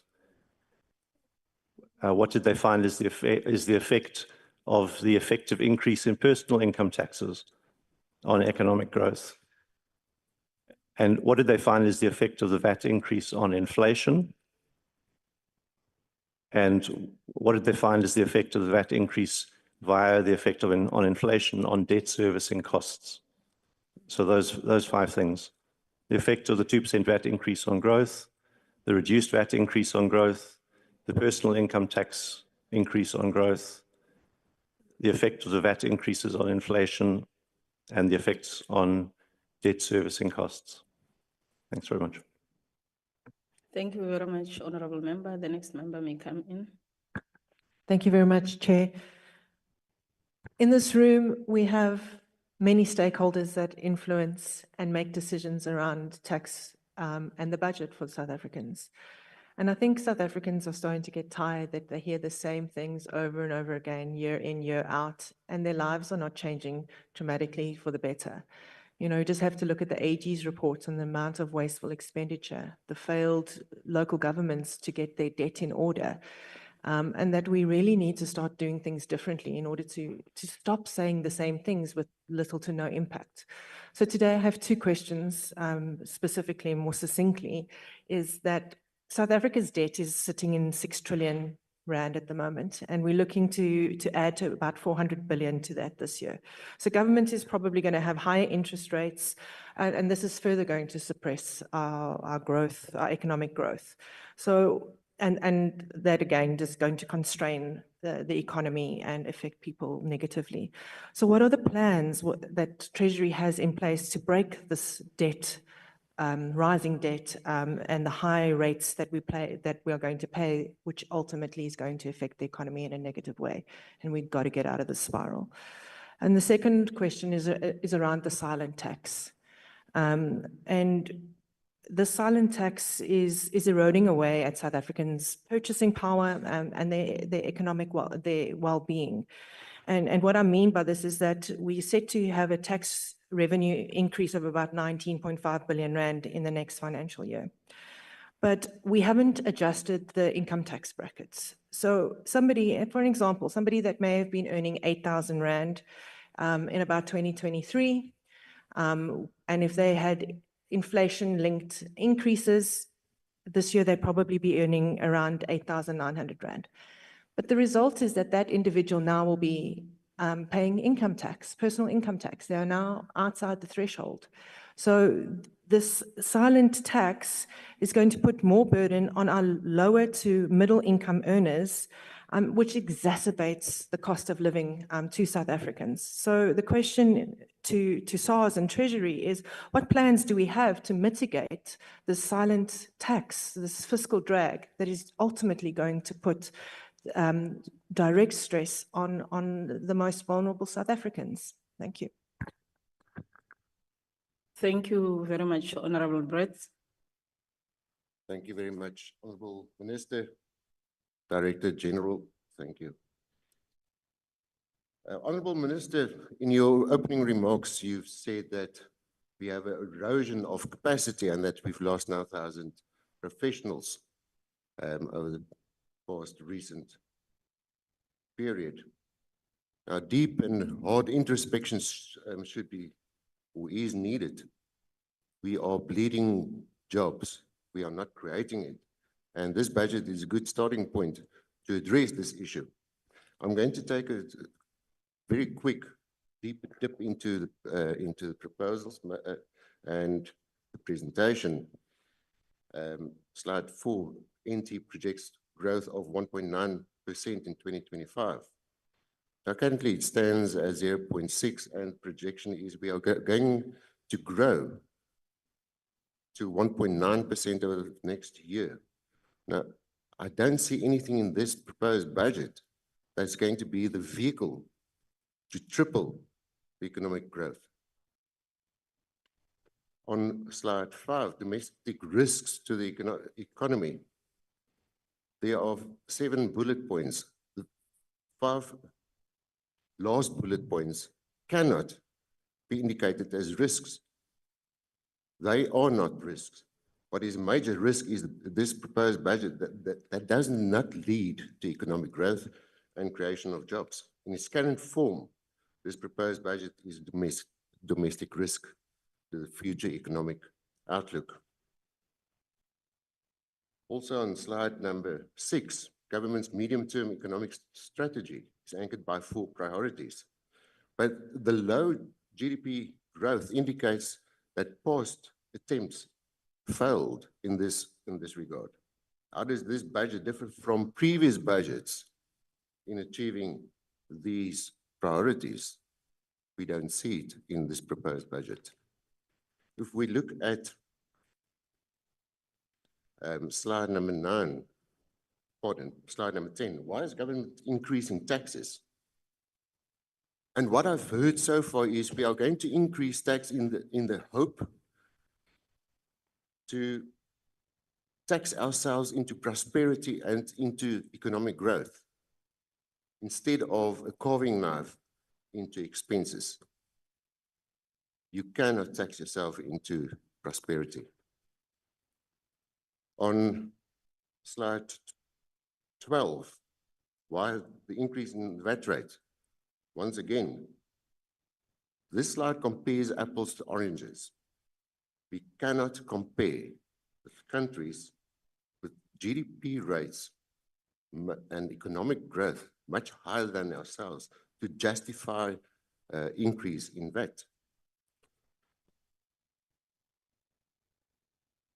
Very interesting. I think we should all take note, Honourable Minister, you included. Why the increase in VAT rate on slide 13? Listen to this. South Africa has a higher share of personal income tax as a percent of GDP and a high top tax rate, both of which are much higher than other developing economies. Now ask yourself again, Honourable Minister, why are we bleeding professionals? There's your answer. Once again, increasing taxes is not the way to go to create jobs. But on a more positive note, slide 16, further addition to spending is the passenger rail agency, and especially investment in signalling. Now that, Honourable Minister, is an example of economic activity that's being created by investment in infrastructure. Remember, Honourable Minister, if you move people, you move money. Then lastly, Honourable Minister, this is not a budget that ensures growth and job creation. And alternatives to raising VAT and tax should be investigated. Thank you. Thank you, Mr. Ryder. Thank you very much, Chairperson. Greetings to Minister and the entire team, Deputy Minister. I'm mindful of time, so I've got only one question, but I do need to tee it up slightly. So Treasury's own data and projections confirm that there's a diminishing return for the VAT increases. So as VAT goes up, spending power is reduced and therefore the collection of VAT. So this was the experience with the last VAT increase in 2018 when projections were not met. Now, increasing VAT in an environment where there's an already existing cost of living crisis means that consumers are forced to buy less. it's even less after bracket creep is starting to happen because of the lack of change in those brackets. So the additional spending on SARS as an alternative is absolutely welcomed, even if it is hot mark school fees. But I think that the perception of conflict between SARS and the minister is something of a media manufactured situation as well. But SARS's collections, as they improve, surely this will be able to at least remove the need for the second 0.5% increase and make the temporary increase, make the first 0.5% a temporary measure at worst. So, Minister, can you confirm that as the spending review cuts?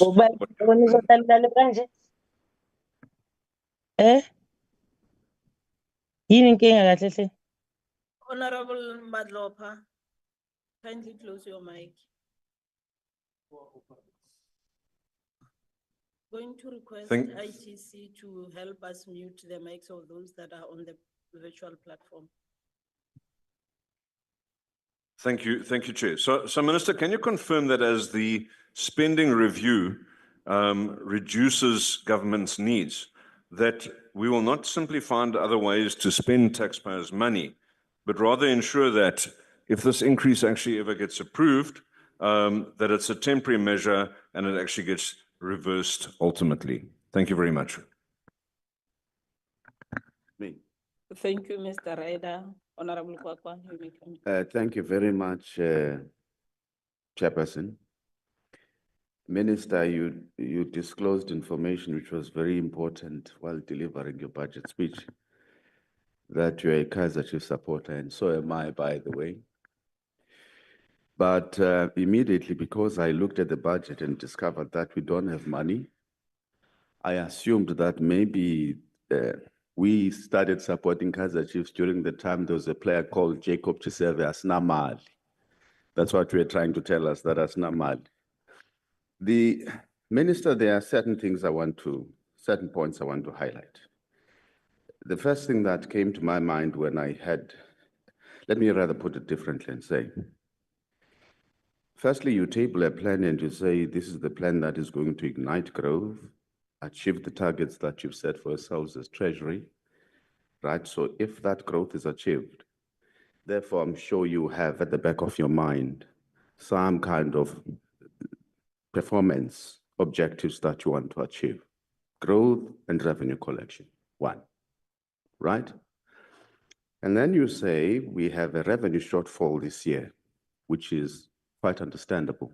And because of that, we have to do tax increases, right? You are trying to plug a revenue shortfall.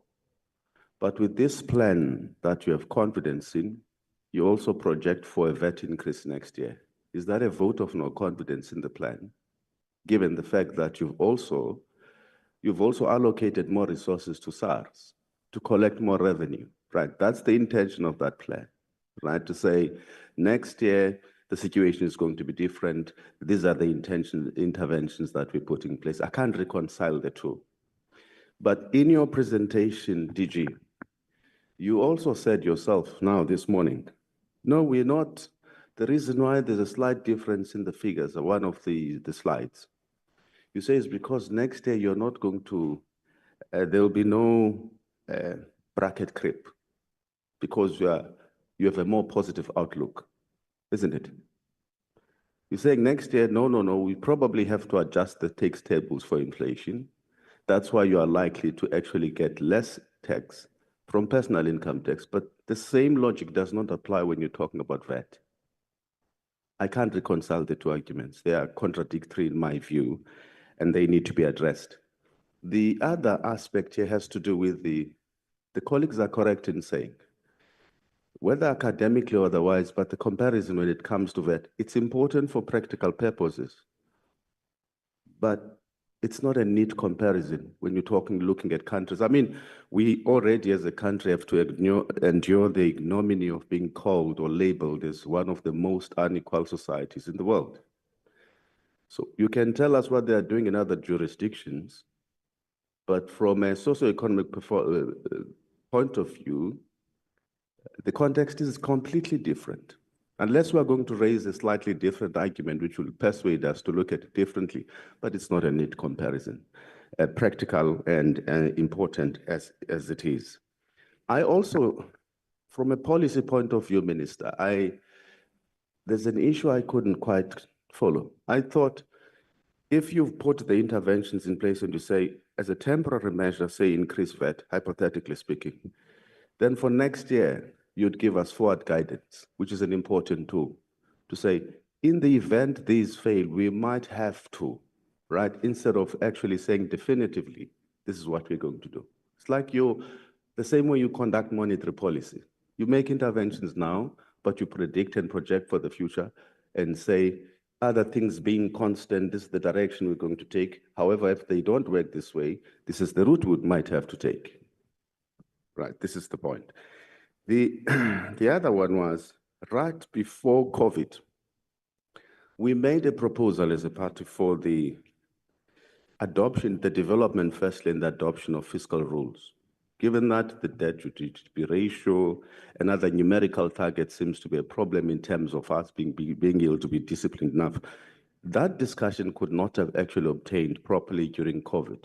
Perhaps that discussion needs to start now to say, what kind of numerical targets do we want to put, especially on these, the fiscal numerical targets, your debt to GDP ratio, the expenditure, for an example, of the country versus the amount of tax we collect versus the GDP ratio, and all these things and other numerical targets. Perhaps it's important for us to start having that discussion.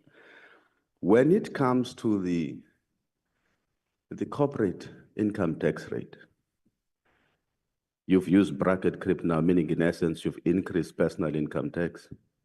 But there's never a discussion, even if you don't increase the corporate income tax rate, in line with the arguments you've made. But I don't hear a discussion that talks about how are we going to be strict when it comes to the tax avoidance schemes that the corporate sector and the private sector is able to engage in, which then reduces the effective corporate income tax rate to about 19%, according to a study which was done by an American, a couple of years ago. So look at these things and say, corporate income tax rate is at 27%. You are not able to increase it for the reasons you've cited, sure. But what are we going to do to try and minimize tax avoidance, which then reduces the tax liability of the many in the corporate sector? The other important issue here has to do with, there is we have now these documents, there's another one which was not delivered, and then amendments were made to it. But page 47 of the one that we had in February speaks about the multiplier effect by when you invest money in the construction sector, you'll recall. And I see that it talks about, for example, if you spend 1 million rands in construction, you're likely to create five jobs, something like that. And the multiplier effect is less for other sectors. And if you're looking at the infrastructure-led growth strategies premised on this issue of building infrastructure, but I'm not getting a sense of how this infrastructure-led growth is going to translate into how many jobs, and whether the sectors or the sectors in government on which we've premised the growth strategy are going to give us the desired outcome in light of the challenges that they face, including the SOEs, which continue to be a drain on the fiscus, including the fact that most of the municipalities are dysfunctional and so on. It could be a contributing factor to you missing the growth targets that you're talking about. Because it's almost like now when we plan as if the institutions which are going to roll out the plan have a certain level of, an above average level of expertise, when most of them are falling apart. Kindly work towards concluding. If you are process, I thought I was still in my introduction, but It's so unfortunate.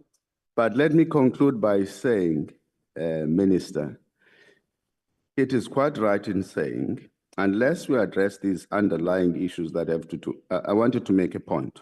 I was trying to lead my point to the municipalities.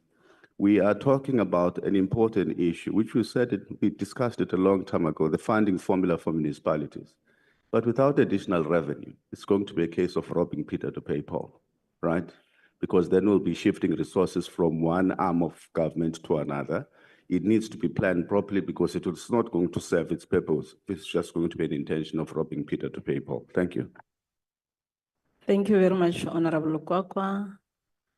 Any take from Mpumalanga's Portfolio Committee Chairperson? Okay, Gauteng. Thank you very much, Chair. My name is Andy Swamasai, the Chairperson of the Finance Portfolio Committee in Gauteng. I want to draw the attention of the Minister on slide 16 that speaks about the COVID-19 Social Relief Distress Grant.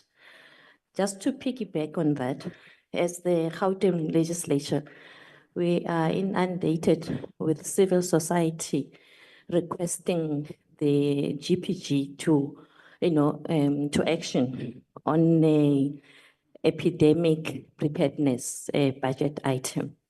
So just want to find out, are there any plans on dedicating a budget item on the epidemic preparedness? The reason they are saying that, and we also think that it's important to look at, is that we have, lots of floods that we have been facing, and also they also lead to outbreaks. So we also don't want, the government to be caught napping like we did with the COVID-19. So if there is an appetite, we want to find out, will there be an appetite to put in such a budget item line? Thank you. Thank you, Honorable Majola. You, Madam Chair. Madam Chair, arising from the Minister's preamble, he said we might take a different route, but we are heading to a same destination.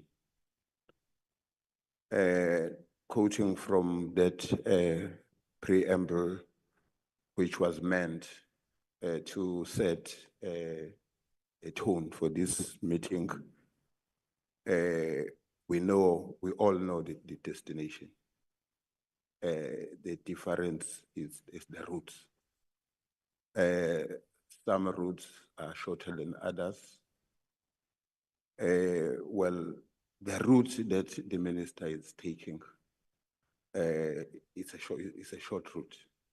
Engineering speaking, it's called a short circuiting. You leave all steps for connections.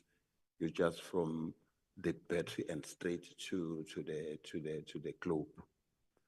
I'm saying that, Madam Chair, because why increasing VAT? That's the minister's short circuit route.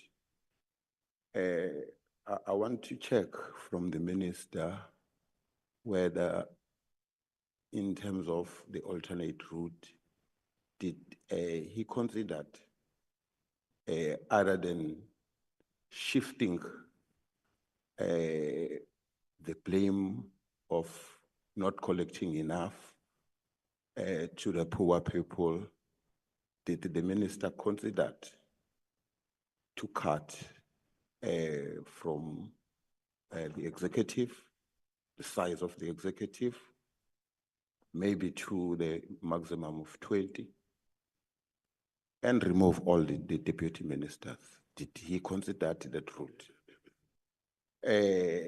Did the minister consider to apply intensive measures in terms of keeping corruption, wasteful expenditure, one which has been highlighted here, the first version of this draft budget, how much we wasted there, and others? Did the ministers, in terms of the alternate route, considered to look at the corruption and the wasteful expenditures? The other alternative route, did the minister, well, when you look at the legislations that regulate us when we're doing the budget. It always warns us to say we must be realistic when we do this. Increasing VAT, imposing a VAT increase to the poor people. Did the minister consider to implement a wealth tax for those who can afford to pay, and there are no economic consequences out of doing that? The last alternative route, it has been mentioned by a number of speakers. Honorable Minister, there is about 800 billion which has not been collected by SARS. We lost about 8 million through the tax evasions, the ones who avoid tax. Did the minister, instead of considering a 0.5 VAT increase, putting more resources, putting more effort in terms of giving SARS energy to make it sure that we collect this 800 billion? Those are the other alternative routes. My last question, Madam Chair, it's around the plan. Without a plan, we won't even see if we are taking a wrong direction. Madam Chair, we were warned when we were doing the mid-year budget review that without a plan that we will refer to it when we're doing the budget, we will be sound like what I'm sucking on what we're doing. I want to check, Madam Chair, the status of the 2024 to 2029 medium-term development plan. What is its status? Because I believe that was one of the instruments that was going to assist us to prioritize according to this plan. Where is it now? Is it been approved? Was its content given a consideration when we're doing this budget? Thank you, Madam Chair. Thank you, Mr. Majola. Honorable Van Rooyen. Thank you, Chairperson. The Minister and your team. I must indicate that it is our understanding as MK Party that budget is more than just a financial document. To us, budget is a strategic tool for achieving societal goals and building a better future for any nation. So as a country, South Africa is not an exception. What has been reconfirmed by your proposed budget, Minister, is that our call as MK Party for a more expansionary fiscal stance has fallen on deaf ears.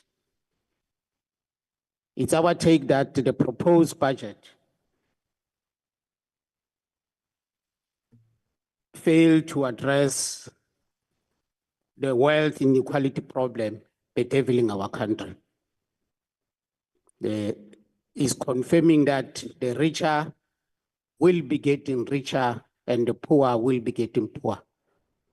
The recent studies have indicated that in the past financial year only, wealthy people, the few wealthy people, managed to triple their rate of wealth as compared to the inflation rate. The proposed budget, Minister, put more emphasis on de-risking, as earlier indicated by Honorable Member from the EFF. It puts more emphasis on de-risking private sector investment. Chairpersons, overdependence on private sector funding is not ideal and can lead to higher tariffs for public services and goods. South Africans, more than any other thing, are calling for a government that takes full responsibility for provision of public services. Let me give you, Minister, as you walk out, a friendly warning. Private sector is more concerned of profits. You should be concerned of the masses of our people. Your proximity to the markets and few wealthy people will cost you dearly. It is our assertion as MK Party that South Africa fiscal policy discussions tend to focus heavily on taxing and borrowing, overlooking some obvious alternatives that we think should be considered. There are many ways to generate funds for economic development. Hence, the government will continue to plead poverty while running one of the richest countries in the world, because we are overlooking these options. And as my engineer friend stated, we are short-circuiting. We are advocating as MK Party as an alternative, because I think the time has come that we should put our solutions as people who are on the touchline of playing in this soccer field, ready to take over. We are advocating for the leveraging of the entire public sector balance sheet, mobilize capital without relying on regressive tax increases like VAT. State control funds like the Unemployment Insurance Fund and the Government Employees Pension Fund hold substantial assets, Deputy Minister, that can be strategically invested for productive purpose. Just recently, we have seen what China and Singapore, these are two leading or booming economies. What makes them successful? Among other things, is the usage of their central bank reserves to fund domestic investment, definitely reducing reliance on external borrowing, as earlier indicated by one honorable member. Now, here at home, we have our reserves, while we name them the gold and foreign exchange contingency reserve account, with approximately 300 billion. That is an underutilized resource in our submission as MK Party. While its traditional role was confirmed in our last engagement with yourselves, is to cushion against external shocks, we are arguing that a portion could be strategically allocated to high-impact sectors like manufacturing, renewable energy, and digital infrastructure. I know some people are arguing, I don't know what informed their approach to issues of financial allocations, that some of these amounts are too small for us to be debating about them. But in financial terms, each and every cent counts, each and every cent matters. So what we can use from these reserve bank reserves can go a long way to address our problems. We need to look at introducing policy changes, chairpersons, that will manage and control the outflow of domestic pension funds to offshore markets.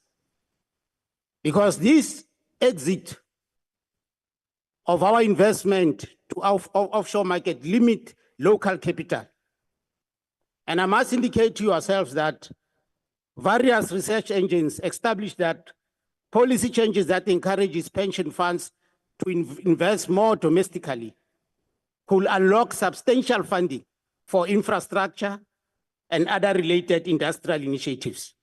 We fully agree that we must be redirecting even small portion of the 2.3 trillion in pension assets towards domestic projects. That could definitely go a long way to stimulate economic growth. Let's reduce reliance on foreign debt and the long-term employment prospects. Let's reduce reliance on foreign debt, because we are indebting future generations. Now, Chairperson, on tax-related issues, you know, I think you will have to expand further, DG, on this personal income tax issue, because in many ways, to me, you are saying there is tax here. If you introduce a provision on this a tax regime that is not going to tamper with inflation, then it tells you that there is still tax here. Because the real of the matter is that if your personal income tax doesn't talk to inflation, then it means you are reducing the purchasing power of that personal income.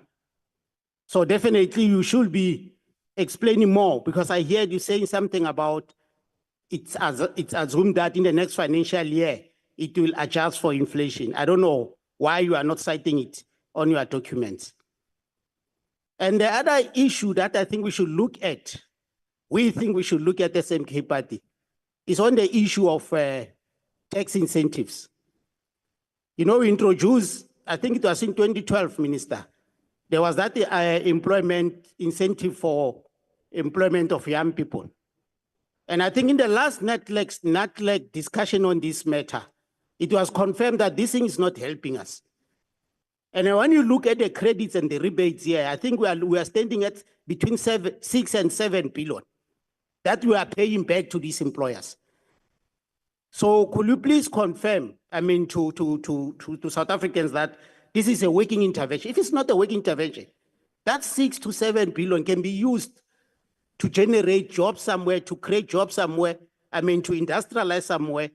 It can be used, I mean, can be put to better use than what is currently being benefited by these companies. But also,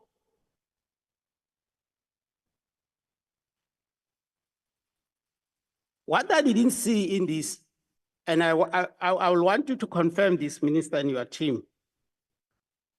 There was a call from National Treasury that 1.2 billion must be released by National Lottery. Well, it shocked me personally, because National Lottery is not funded by government, it's funded by the people, for the people, by the way. That's why it was conceptualized. The money that is generated from lottery tickets is meant to be replowed back in the development of the underserved and the less privileged people of our society. Now, I'm told that you demanded 1.2 billion from National Treasury by the media. I mean, from the lottery. What I want to confirm, because ultimately you only receive 300 million. I was trying to read through your thick books to check where is this allocation. I couldn't find it.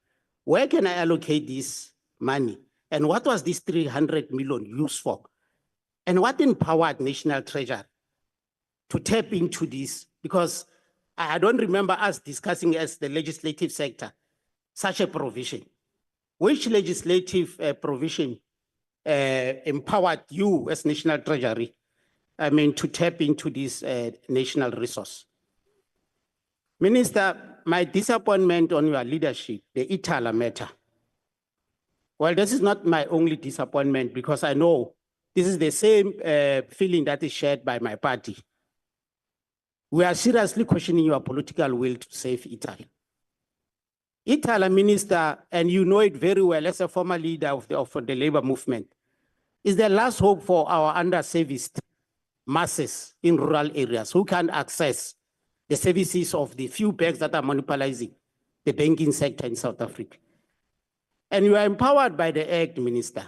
The Banking Act is very clear. Section 1 and 2 of the Act gives you powers to intervene accordingly and save Itala and make it a successful financial institution. But as to why you are not doing that, in fact, we see the Prudential Authority very expeditious in terms of liquidating Itala, even ignoring or snapping the recommendation of this House. So, SMK Party, we are questioning your will, your political will, Minister, to save Itala. And I think, Chairperson, it will be important that, because SMK Party, we are more than ready to introduce amendments to this proposed budget.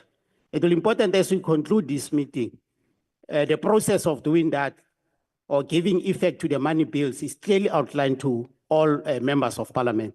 So as you are able to take full advantage of the provisions of the Money Bills Amendment Act. Thank you very much, Chair.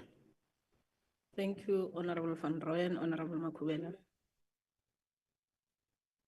Honorable Minister, can we allow other members to make their inputs? Thank you so much, Chairperson, and to all the chairpersons, Minister, and your team. Let me start by saying that we appreciate the efforts that have been made in the budget tabling. It's obvious that from what we have received, the state has, over the past few years, failed to manage our public funds. We see it with the level of the high debt ratio.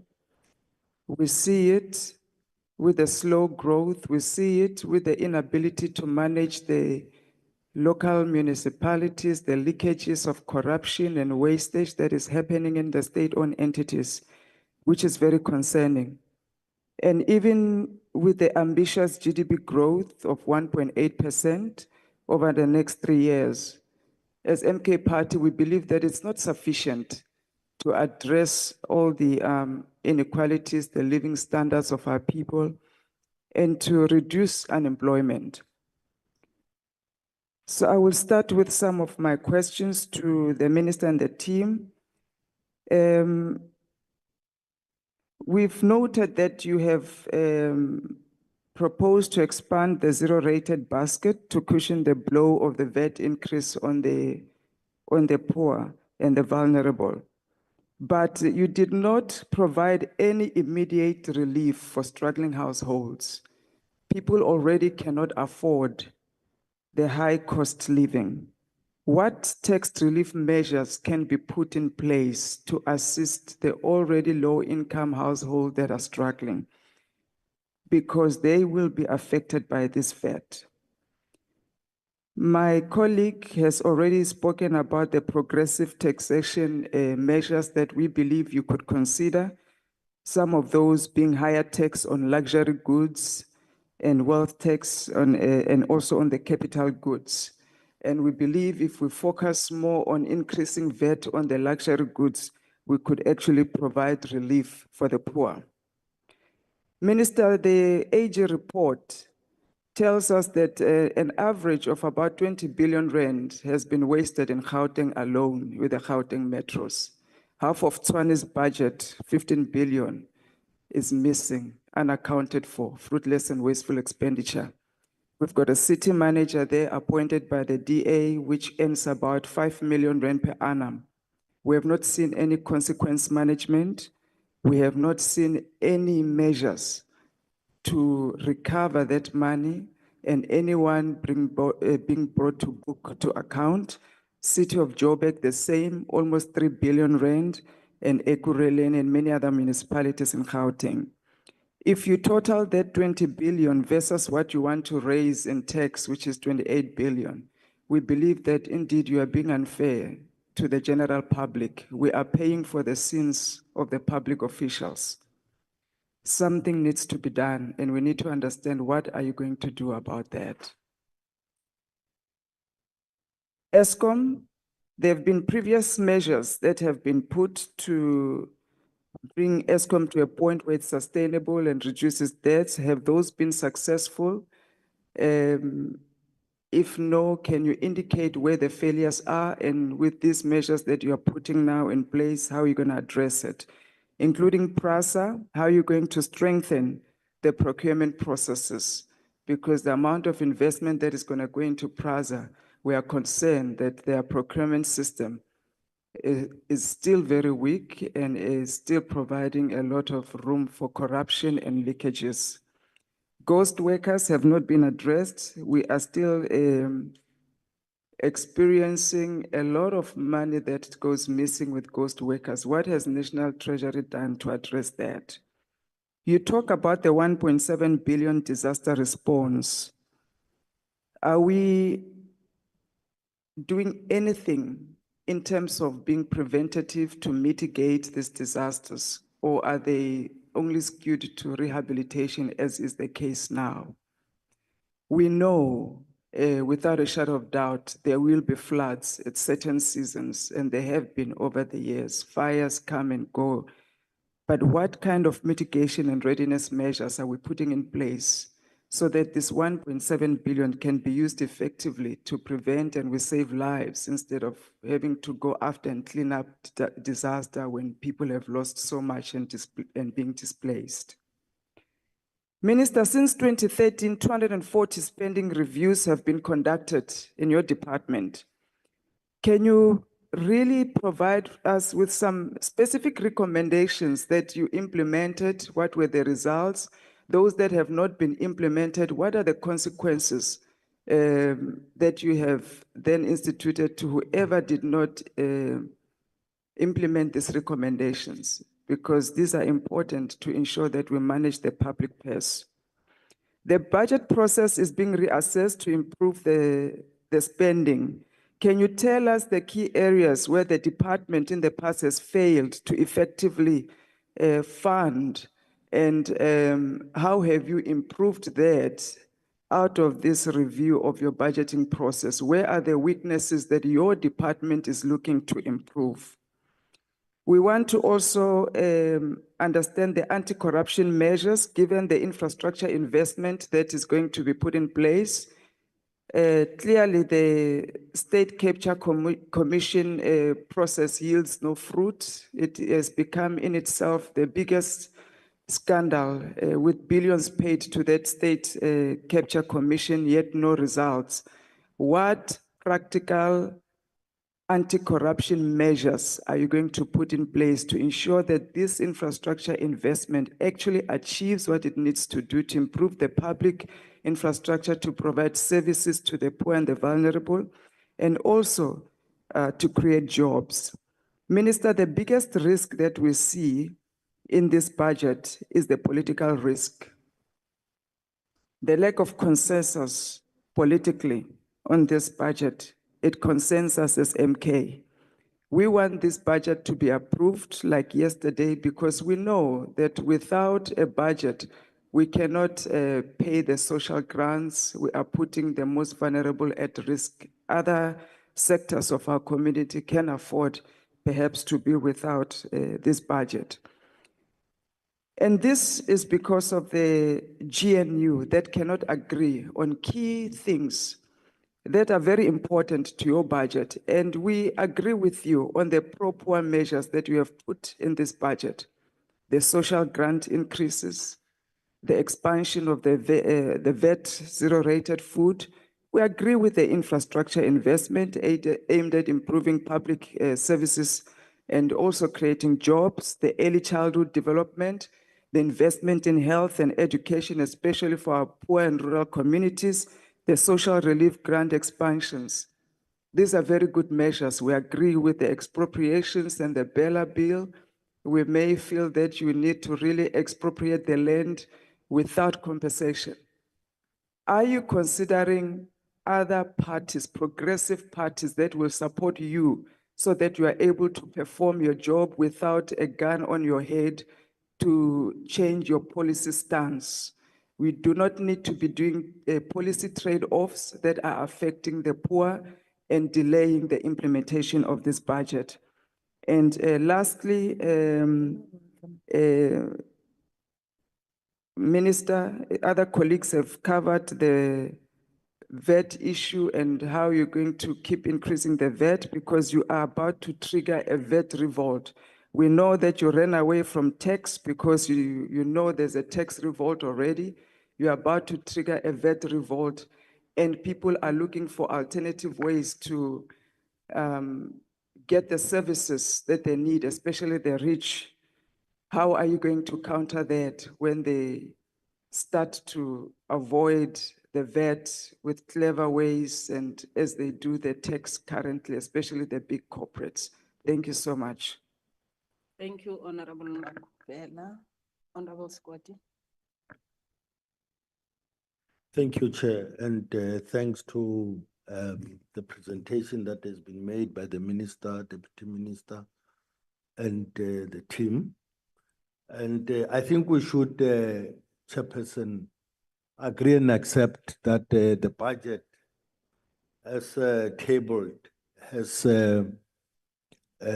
created some advances in terms of the country, but also whether we like it or not, there are some protection measures that the budget has created, particularly that relates to the poor. And I agree with the issues that my fellow colleagues are raising in terms of VAT. And I think there's a need for us to continue to, there's a need for us to continue to look at other measures in terms of making sure that we can bring in more revenue and avoid burdening the poor. As much as we are protecting the poor, but we also need to make sure that we do not burden the poor. We should welcome the efforts that have been made in terms of supporting SARS to look for other measures, especially in terms of areas that SARS has already identified where we can actually find more or be able to create more revenue, particularly in terms of those that are not already paying by now or are actually complying in terms of tax, which I think would go further in terms of assisting us in making sure that at least we are able to generate more revenue. I think we must also welcome the fact that we are seeing more increase in terms of infrastructure spending. In recent years, we haven't seen such an advance in terms of infrastructure spending, which is one of the areas that we believe that will contribute towards economic growth, but also in terms of some of the actions that are actually taken, particularly that relates to Vulindlela, which we are hoping that it will ultimately be able to assist in terms of that infrastructure fund that we are putting forward. Because with infrastructure, we believe that it will be able to unlock a number of areas in terms of economic growth. I mean, it would be a shame for us to not to acknowledge that the spending in infrastructure will contribute towards that. However, Minister, what is important is the fact that we need to see efficiency in terms of expenditure and make sure that we avoid wasteful expenditure. But it does not help us as much as we can generate revenue, as much as we can have enough allocations. But as long as there is no accountability in terms of the allocations, as long as we are not able to get any meaningful progress out of the allocations that are being made, we are not doing anything. So I'm just saying we are seeing that yes, in terms of Transnet, there is going to be some movement, but with PRASA, I think we also need to make sure that the allocations that we are making are actually going to go where they're supposed to be going and are actually going to bring the outcomes that are intended. Because as long as they are saying that they still have got challenges, we must make sure that those challenges are actually dealt with. I mean, I was looking at the budget speech. I'm not sure whether it's already instituted or there is an intention to institute some measures in terms of strengthening the procurement systems. So I think it's one of the things, because we know where we are coming from with the PRASA. We know what it is capable of. And we need to make sure, but also we also need to consider the progress that has been made so far. But we should not go there blindfolded because of the progress that we have made, because of the resources that we are going to allocate. I think the issue of the PSP needs to be really supported. It's one of the things that we have been saying, that let us look at the logistics, because logistics, we are actually as a country losing that competitiveness. The East Africa is looking at their own And sooner or later, if we do not change, it would mean that including SADC countries, they would be going towards East Africa for logistics. So the sooner we do that, the better. And it can only be done with private sector. You know, it doesn't matter what we think of private sector, but the reality is, as a country, we are aware that we do not have the necessary fiscals for us to be able to unlock some of the potentials.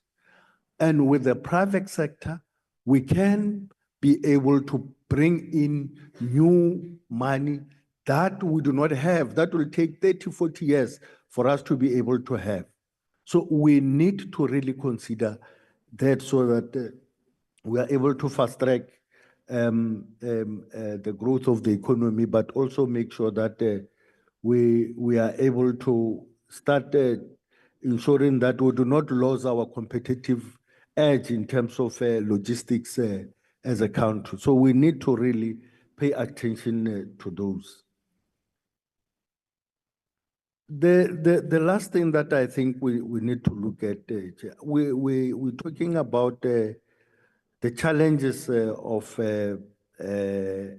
departments or whether it's provinces or national departments that are actually spending without the necessary allocations.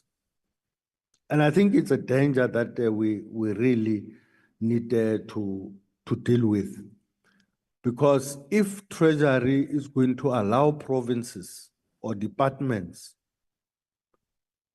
to spend money that they don't have, because what happens here, Minister, is that it's easy for us to actually take the allocated resources and available resources, spend it on pet projects, and take what we believe that it's a necessity for us to be able to undertake within a particular department, and say that this will make it a pressure so that we create accruals. And those accruals will then be focused on what is necessary and what is meaningful within that particular department. Whereas the available resources are actually spent on pet projects. So I don't think we should burden the national fiscus on, I'm concluding, Chair. The national fiscus on the basis of us sympathizing with those that are creating the accruals. Unless we are able to say ourselves that we have satisfied ourselves and those accruals were actually necessary, and the priorities within those departments or provinces have actually been looked at, and they've actually taken the necessary steps to make sure that the decisions that are being taken are actually quality decisions. Because we are going to go into a dark dungeon where we'll never be able to come out of. Because every province will create accruals. If this province one can create accruals and national department is able to take responsibility, all of us can as well go. So I think we really need to make sure that we avoid that. There are cautions that have been made with health and education, and therefore people should be able, or departments and provinces should be able to learn to spend within their means. Thank you. Thank you, Honorable Kadebe. You may come in. Members, let me just caution you, we are 25 minutes to 1 o'clock. So it means we might go beyond 1 o'clock, looking at how the deliberations are going. So just bear with me on the time. It is because of your robust engagements. Honorable Kadebe. Thank you, Honorable Co-Chairpersons. Good afternoon, everyone in the meeting here. My point of departure will be to appreciate the Ministry and the Treasury Department for trying very hard to steer the finances of the country in the right direction. And then we've got a proof that that steering is going the right direction. Because even if the biggest economy tried to attack South Africa is still intact. It shows that we have policy independence. And that policy independence can only come through shrewd management of the financial resources of the country. That's why the department must be appreciated for that. But what also is very important, I heard one of my colleagues saying that he likes SARS. He's a fanatical supporter of SARS, which is good because SARS is the goose that lays the golden eggs. But on my side where I'm seated, I'm a fanatical supporter of Parliament because without Parliament, everything will collapse. What I would have liked to say is that the allocation to Parliament must really increase so that it is able to attend the issues it's supposed to attend. I'll make an example. One of my colleagues spoke about the issue of the State Capture Commission. The State Capture Commission was very clear that it referred a lot of issues to Parliament. So if Parliament will not have requisite resources to ensure that its portfolio committees and select committees are doing the right job in overseeing the departments, and then we'll always have these leakages which we are having in the various departments. Because if the portfolio committees cannot be able to oversee the departments in real time, and then it will only come after the Auditor General's report, then the country is going to be in trouble. So I'll really appeal that when coming to this new budget cycle we're going to have, the Parliament must be engaged early so that it can get the requisite resources so that it can do its job, what's supposed to do. But what is also critical here with this budget, I liked the issue of defending the frontline services. If we are going to deal with health, if we are going to deal with health and the police service, if we are going to deal with education, it means that we are investing in the future of the country. I think that this budget, with 61% of it going to that in that direction, I think that it must be supported for that.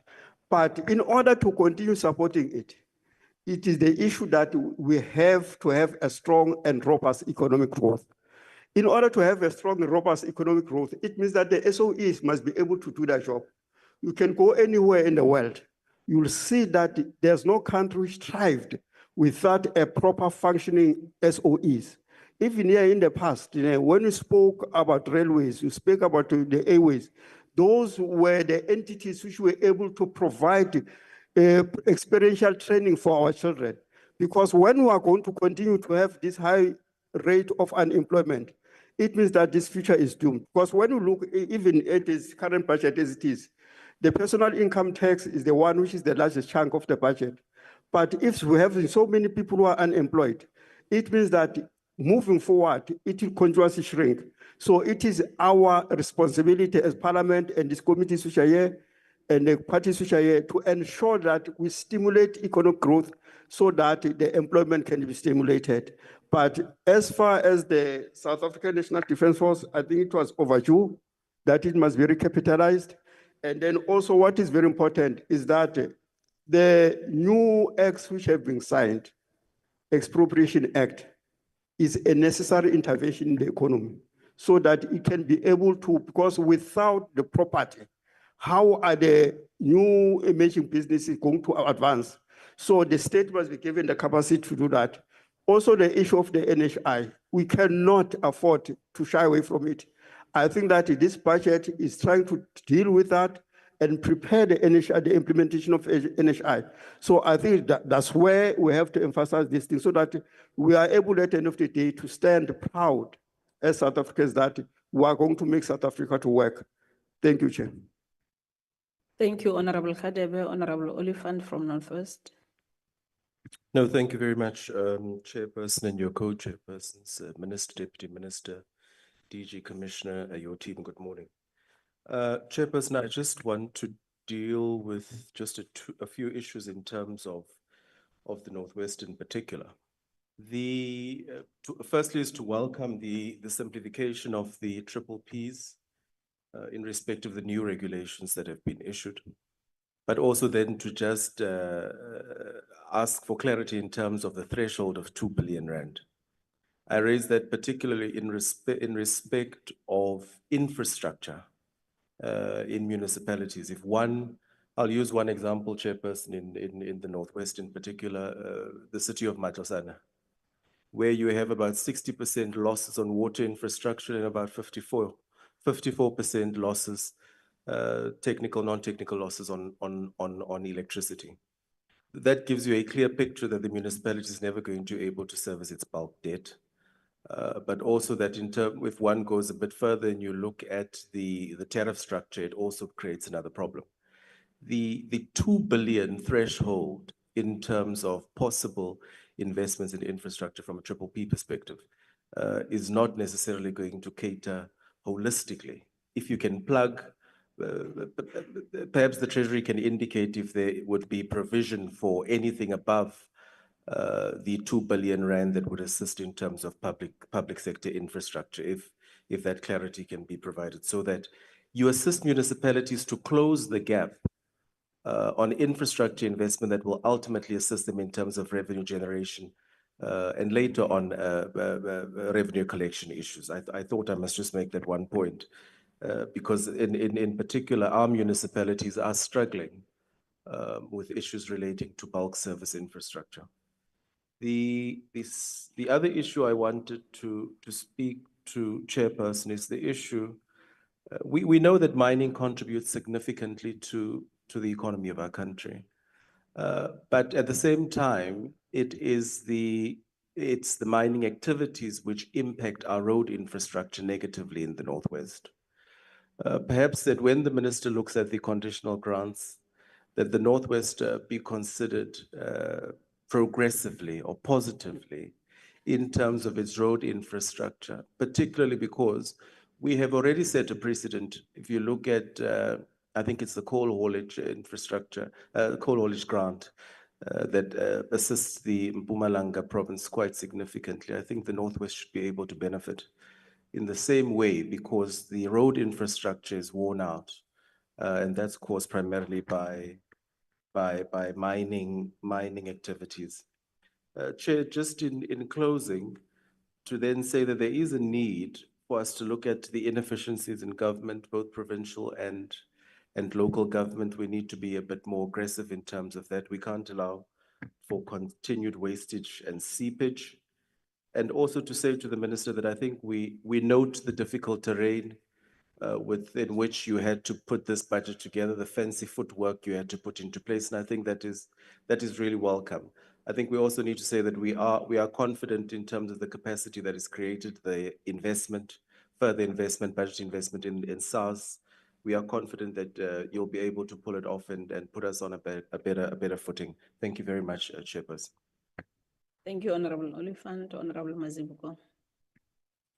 Thank you very much, Chair, and greetings. Before you come in, Honorable Mazibuko, I'm going to request to those that are on the virtual platform to raise their hands for noting so that immediately after Honorable Mazibuko, we can take their hands to allow the minister to respond to all the questions that have been raised without going back to the virtual platform. Thank you, Honorable Mazibuko, and I'm sorry for that. Thank you very much, Chair, and greetings to all of you, Chair, and greetings to the members present in the House, especially the member from my province, from Gauteng. Chair, the President in his SONA set an outlook target of 3% economic growth, which I think it is key to address the current challenges we have of unemployment, the huge gap that keeps on extending of inequality, poverty, as well as revenue shortfalls. So my question to Treasury would be, or I would request Treasury to unpack the fiscal policy measures, which will enhance a rapid economic growth trajectory in the short and medium term as projected. Secondly, Honorable Minister, your budget speech lays out a bold yet pragmatic roadmap for addressing South Africa's long-standing economic stagnation. So how will the fiscal framework you have presented support the transformation fund target of the 100%, of 100 billion over 5 years? And what measures are required to enhance financial sector asset allocation to support value addition and industrial growth that we all seek? On the SDG grant, Chair, in light of the North Gauteng High Court judgment, where National Treasury is criticized for imposing unlawful and unconstitutional requirements on SRD grant applicants in an attempt to curtail public expenditure, how is the table budget structured in a manner that directly benefits all eligible beneficiaries, including those being unfairly excluded, to identify as well those who have fraudulently benefited, because we know, or it is said that there are beneficiaries that are benefiting from this SRD grant, but they do not qualify. They entered the system through fraudulent activities. So how then is this budget structured to identify all those people and make sure that the correct beneficiaries do benefit? On revenue, Chair, we know that if we do not collect enough revenue, all these interventions the minister has spoken about, you know, the payment of no-fee schools, because we know that there's no free education. It is free education to our citizens, but somebody is paying, which is government, for this, as well as the free healthcare. Government is paying for the grants. Government is paying the SDG grant that has been implemented with no budget. Government has to pay. And revenue collection, for me, is key in this. Otherwise, all these interventions will remain a dream. Therefore, Treasury, to what extent can strengthening revenue collection capacity of local and provincial governments contribute in enhancing the overall financial demands of the state? And what other wealth tax related measures, Minister, can be considered to increase our revenue base as a redistributive measure to fund key growth economic sectors with high multiplier effects? And how is SARS dealing with the proliferation of business? Because we see the proliferation of business that are cash-based to evade tax and to enable illicit flows, which is a problem to our country. So on local government, Chair, which I think is my last point, in addition to Honorable Tambo's point, what are the considered options in the review of the white paper of local government, particularly in relation to the equitable share, which we have been speaking about many times in our committee, as well as revenue generation capacity? So I think that is all that I wanted to give input to, Chair. Thank you very much. Thank you very much. Honorable Khadebe, seated there. Thank you so much, Honorable Co-Chairpersons.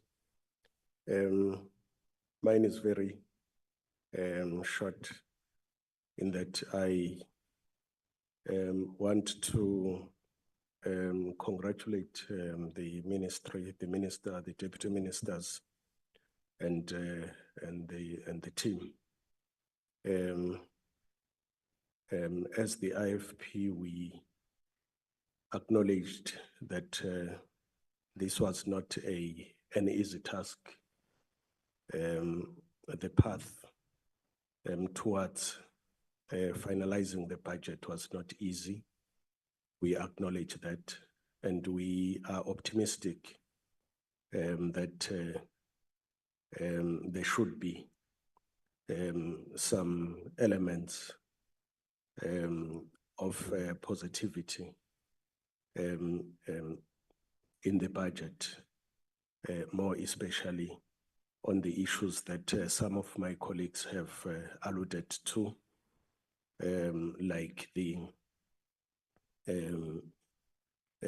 accommodating the infrastructure investment in municipal entities responsible for water and sanitation, electricity, energy, and solid waste management services. We applaud that. In essence, we hope that there are going to be stricter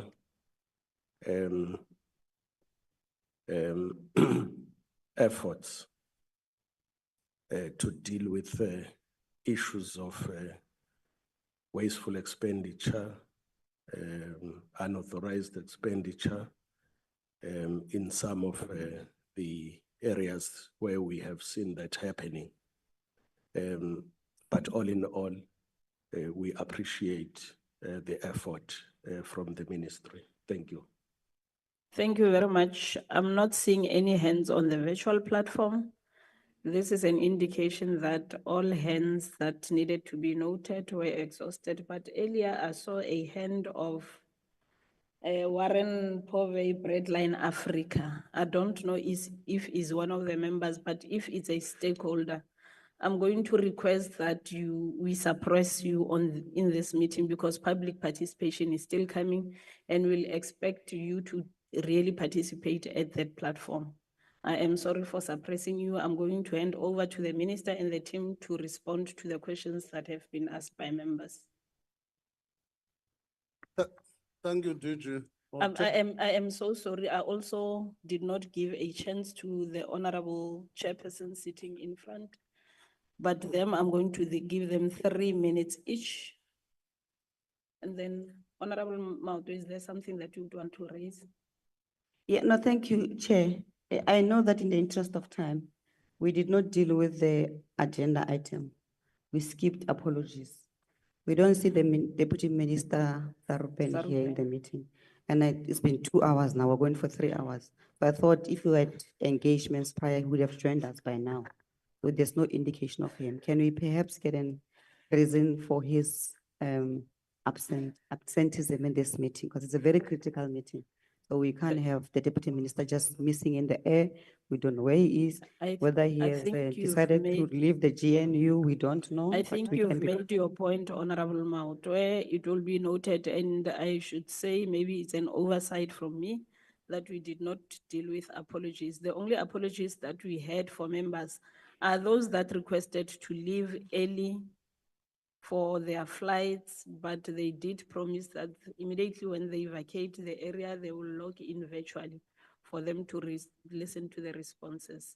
I think the minister, when responding, the team from the National Treasury will indicate the absence of I think the Deputy Minister. I don't know what he's going to say. They're asking him in his capacity as Deputy Minister. No, let me, in as much as I've given don't know a what chance he's to going to Honorable Mauto, maybe an honorable member has a point to make. Thank you, Chair. The Deputy Minister, Asher Sarupan, is looking after his mother today, who is undergoing critical cancer treatment. We really are with him in these trying times, but this is not how the apologies are forwarded to all our communities on our committees. I think the Deputy Minister is not for the first time he's absent in meetings and he has been sending apologies. Let's just wait. Maybe the team from the National Treasury or the Minister will submit his apology. But for now, the apology is not taken as it is not forwarded in a manner in which we expect it to be forwarded to this meeting. Thank you, Honorable Maimane. Thank you, Chairperson. I'll do my best to be very quick Minister, I think I can concede the fact that there are a number of key issues, and I want to use the metaphor of a train, because if we don't get this exercise correct, we will have a train wreck. And I think that is the last position we need from a budgeting point of view. Let me speak about the tracks as a start. I think that if I can ask and enjoin Treasury and members of Parliament who are here, we really need to urgently review the white paper on local government. The reality of it is that the 90-10 formulation is no longer working. It's going to create a deficit in terms of what municipalities are able to do in furnishing their debt as it pertains to ESCOM. Secondly, I think that colleagues have spoken extensively about the state of local government and wasteful and fruitless expenditure there. I think we need to think about that 52 billion rands indicated by the Auditor General and being able to appoint administrators there that can help us. Principally, Minister, I think that you would see that SADC have already made a view on the withdrawal of the troops from the DRC. I'm hoping South Africa will join that. That will adjust the defense budget. I go back to my first point, which is to say, one of my perhaps disappointment with the budget, and I think that speaks to all of us. That's why this session can't in and of itself be a portfolio committee. The portfolio committee work has to happen post facto. And what I'm really wanting to ask is that we really need to confront policy choices. And I think Parliament must express itself that, and political parties must be given the right to make the choices they need to make. We can't publicly still talk about VAT or SRD. That is a choice. We have to make it. We have to make a choice whether it's going to be personal income tax or wealth tax. That is a choice. And we have to make it. We have to make a decision about whether it's early childhood development or free higher education. That is a choice. But what is the reality is we can't have both, because the assumption that we can have early childhood, free higher education, SRD, a VAT hike, add personal income tax, corporate tax, keep adding all of these baskets, in all harsh reality, it is the surest way for us to create conditions upon which we will have a train smash when it comes to the budget. Now, I think colleagues have raised here a number of assumptions, and I don't need to repeat the points about assumption on growth, assumption on SARS collections and the accuracy and all of that. But Minister, I want to implore you. We must find money for the NPA and the SIU. In truth, both those institutions have raised the fact that they are being underfunded, which means their ability to prosecute for years of mismanagement and money effectively being stolen is significantly undermined. And therefore, in this regard, I do think that there will come a point where we'll need to declare the funding on the Zondo Commission as wasteful and fruitless expenditure. I think on the debt management strategy, I think we need to talk about that, and I would enjoin that when Treasury comes to our committee, we need to speak extensively about how we deal with debt management strategy. To raise it to 76.5 peaking is an assumption. And the previous assumption was 75. We've moved it to 76. And in all fairness, I think IMF projections are 80% of GDP. If we, as per the graph that has been demonstrated here today, want to peak at 76, then I'd like to understand the strategy around that issue more specifically. On the local government issue, I hear colleagues have raised this. I was in Kabeja yesterday. My biggest worry is that we've allocated 89 million rands for the rebuilding of infrastructure lost to disaster management. Just pure incapacity has meant zero of that money has been spent. MIG grants end up getting returned. And I'm unclear that if we don't deal with the capacity at local government, if we take the total expenditure allocation for infrastructure in the next medium term, we will really be throwing it at a local government that is incompetent. And that would genuinely create conditions for wasteful and fruitless expenditure. On the last, Minister, I think my questions are in essence in short. The first is we've got too many foreign missions, and it is incongruent with the amount of trade, which means we deploy people and we've got embassies, we've got ambassadors, but we are getting limited value for money in the countries we often deploy. And I think that the limiting of the foreign service will have to, and I don't ever want to be one of those who suggests cuts in millions to get billions, but cumulatively, all of these expenses matter. Secondly, along with that, not only are foreign agencies, but issues such as all of these agencies that we seem to have and various departments have. We have done an analysis as to where agencies, MDDA, and there are so many that sit in various portfolios, sport, etc., are accruing agencies where money is being set aside for them, but their value in terms of what they deliver is very limited. And I think I don't need to go into cabinet, etc. So I As think you what we've got to conclude, think Chair. about, I am wrapping it up. I apologize, Chairperson. I think then the question becomes, we are going to have to do a lot of work on the expenditure side, but not only looking at where the millions can be saved, but also equally so the billions of an exercise. But I would urge the conversation this Parliament must have is on policy choices and ultimately reviewing policies. Or if we fail to do those exercises, all budgets from henceforth will just be us adjusting for systems that are failing. Thank you. Thank you, Dr. Masongai. Thank you, Chair. Mine will not be questions, it will be comments. Let's welcome the presentation from the Minister, accompanied by the Deputy Minister, SARS Commissioner, DG and the team. And welcome the investment on the infrastructure. We hope that it will yield positive results, more especially creating jobs for young people. One, DG, you have published the draft rates bill, which will affect VAT on the 1st of May. We haven't seen the media statement, and we don't see where you have invited the public for comment. You are going to have a legal challenge if you don't do that. Unless you have done it, we don't see it in the web. But some people called me this morning and said they are worried that National Treasury, we are going to have our own public participation exercise, but National Treasury has not published an invitation for participation by the public. And there are regulations in terms of time frame. So you'll get into trouble.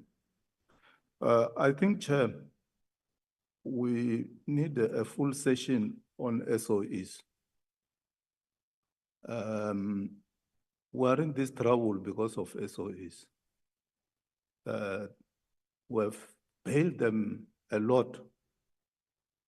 There are many business practitioners, but still there are many problems. So we'll create a space, a day, where we'll discuss SOEs. What has been happening? We'll take the critical ones. You give us a background and explain what happened to the money that was used to bail them out. What was the business practitioner doing there?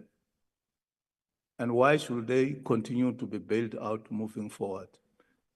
Because if we incur more debt, we are going to create the problem for the unborn. Because this budget is for the living and the unborn. So we should not create a generational problem. So we'll have a day full for SOEs and deal with them seriously so. And they will have to be here themselves, Minister. I think, Chairperson, let's create time and go to SARS offices in Brooklyn. Why I say this, we have been there 2 years back, so that when we discuss the issue of taxes and SARS, we do it in their ICT hub. You will have an appreciation that SARS is no longer the old way of chasing people conventionally. Things have gone cyber digital now. And criminals are also there in the cyberspace. You can't catch them physically and send police. No, they are so sophisticated. So it will be important that we go there, have a full briefing there, have a discussion on SARS, on tax matters. When we were there with the president and the minister, the deputy minister celebrating, I think it was 25 years, we had a full appreciation of what SARS is doing in regard to tax collection and the movement that they've gone through in terms of building the capacity. So seated here in Cape Town, you will have an understanding, but you will not have a full appreciation. So I would suggest that, Alan, we create a one-day trip to SARS and deal with issues of SARS and mobilization of resources and so many other issues. And lastly, the issue raised by Honorable Van Rooyen, Minister, please, you are a member of parliament and you have been a member of parliament for many years. If parliament writes a letter to the minister should respond. If we say 10 days, the minister should respond within 10 days.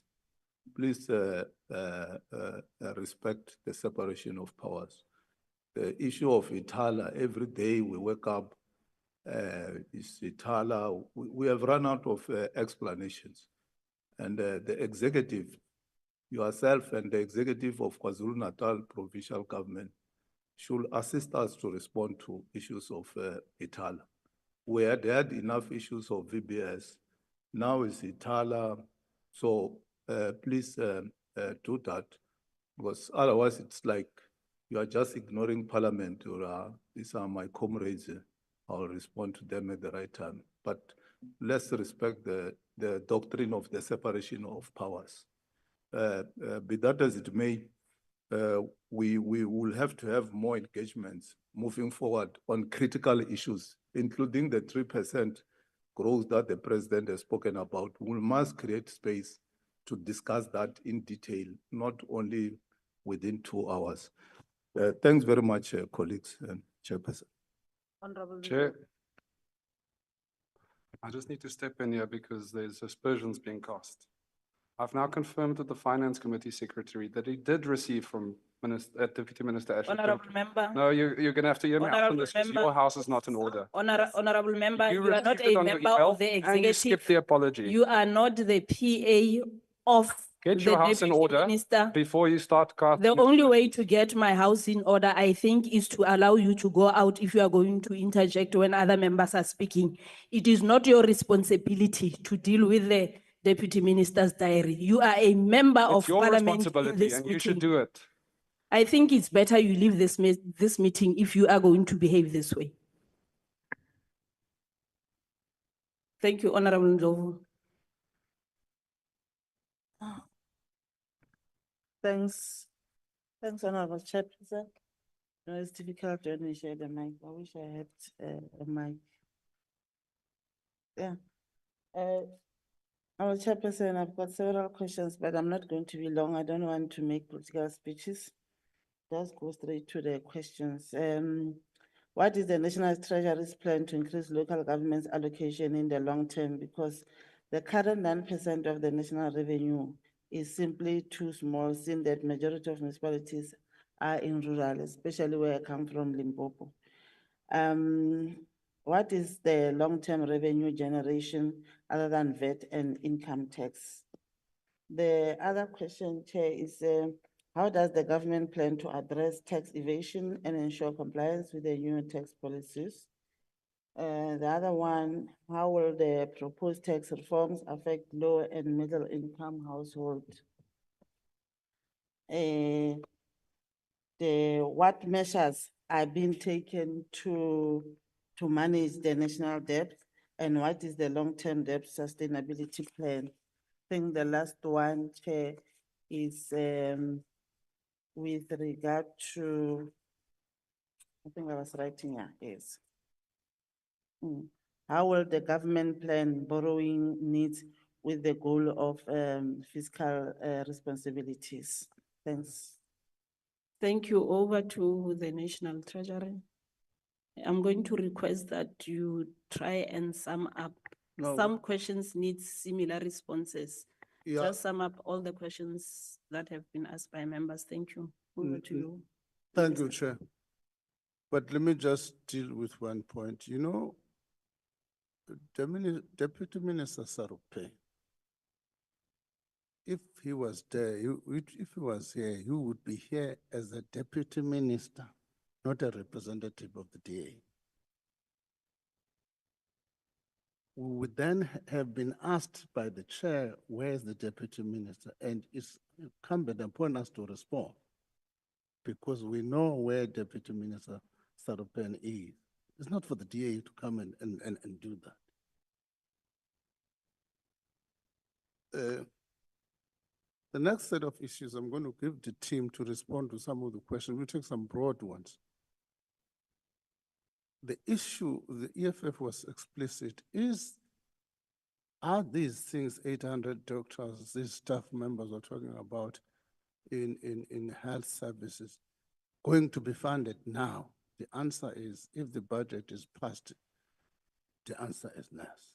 I'm not second guessing Parliament. The answer is yes.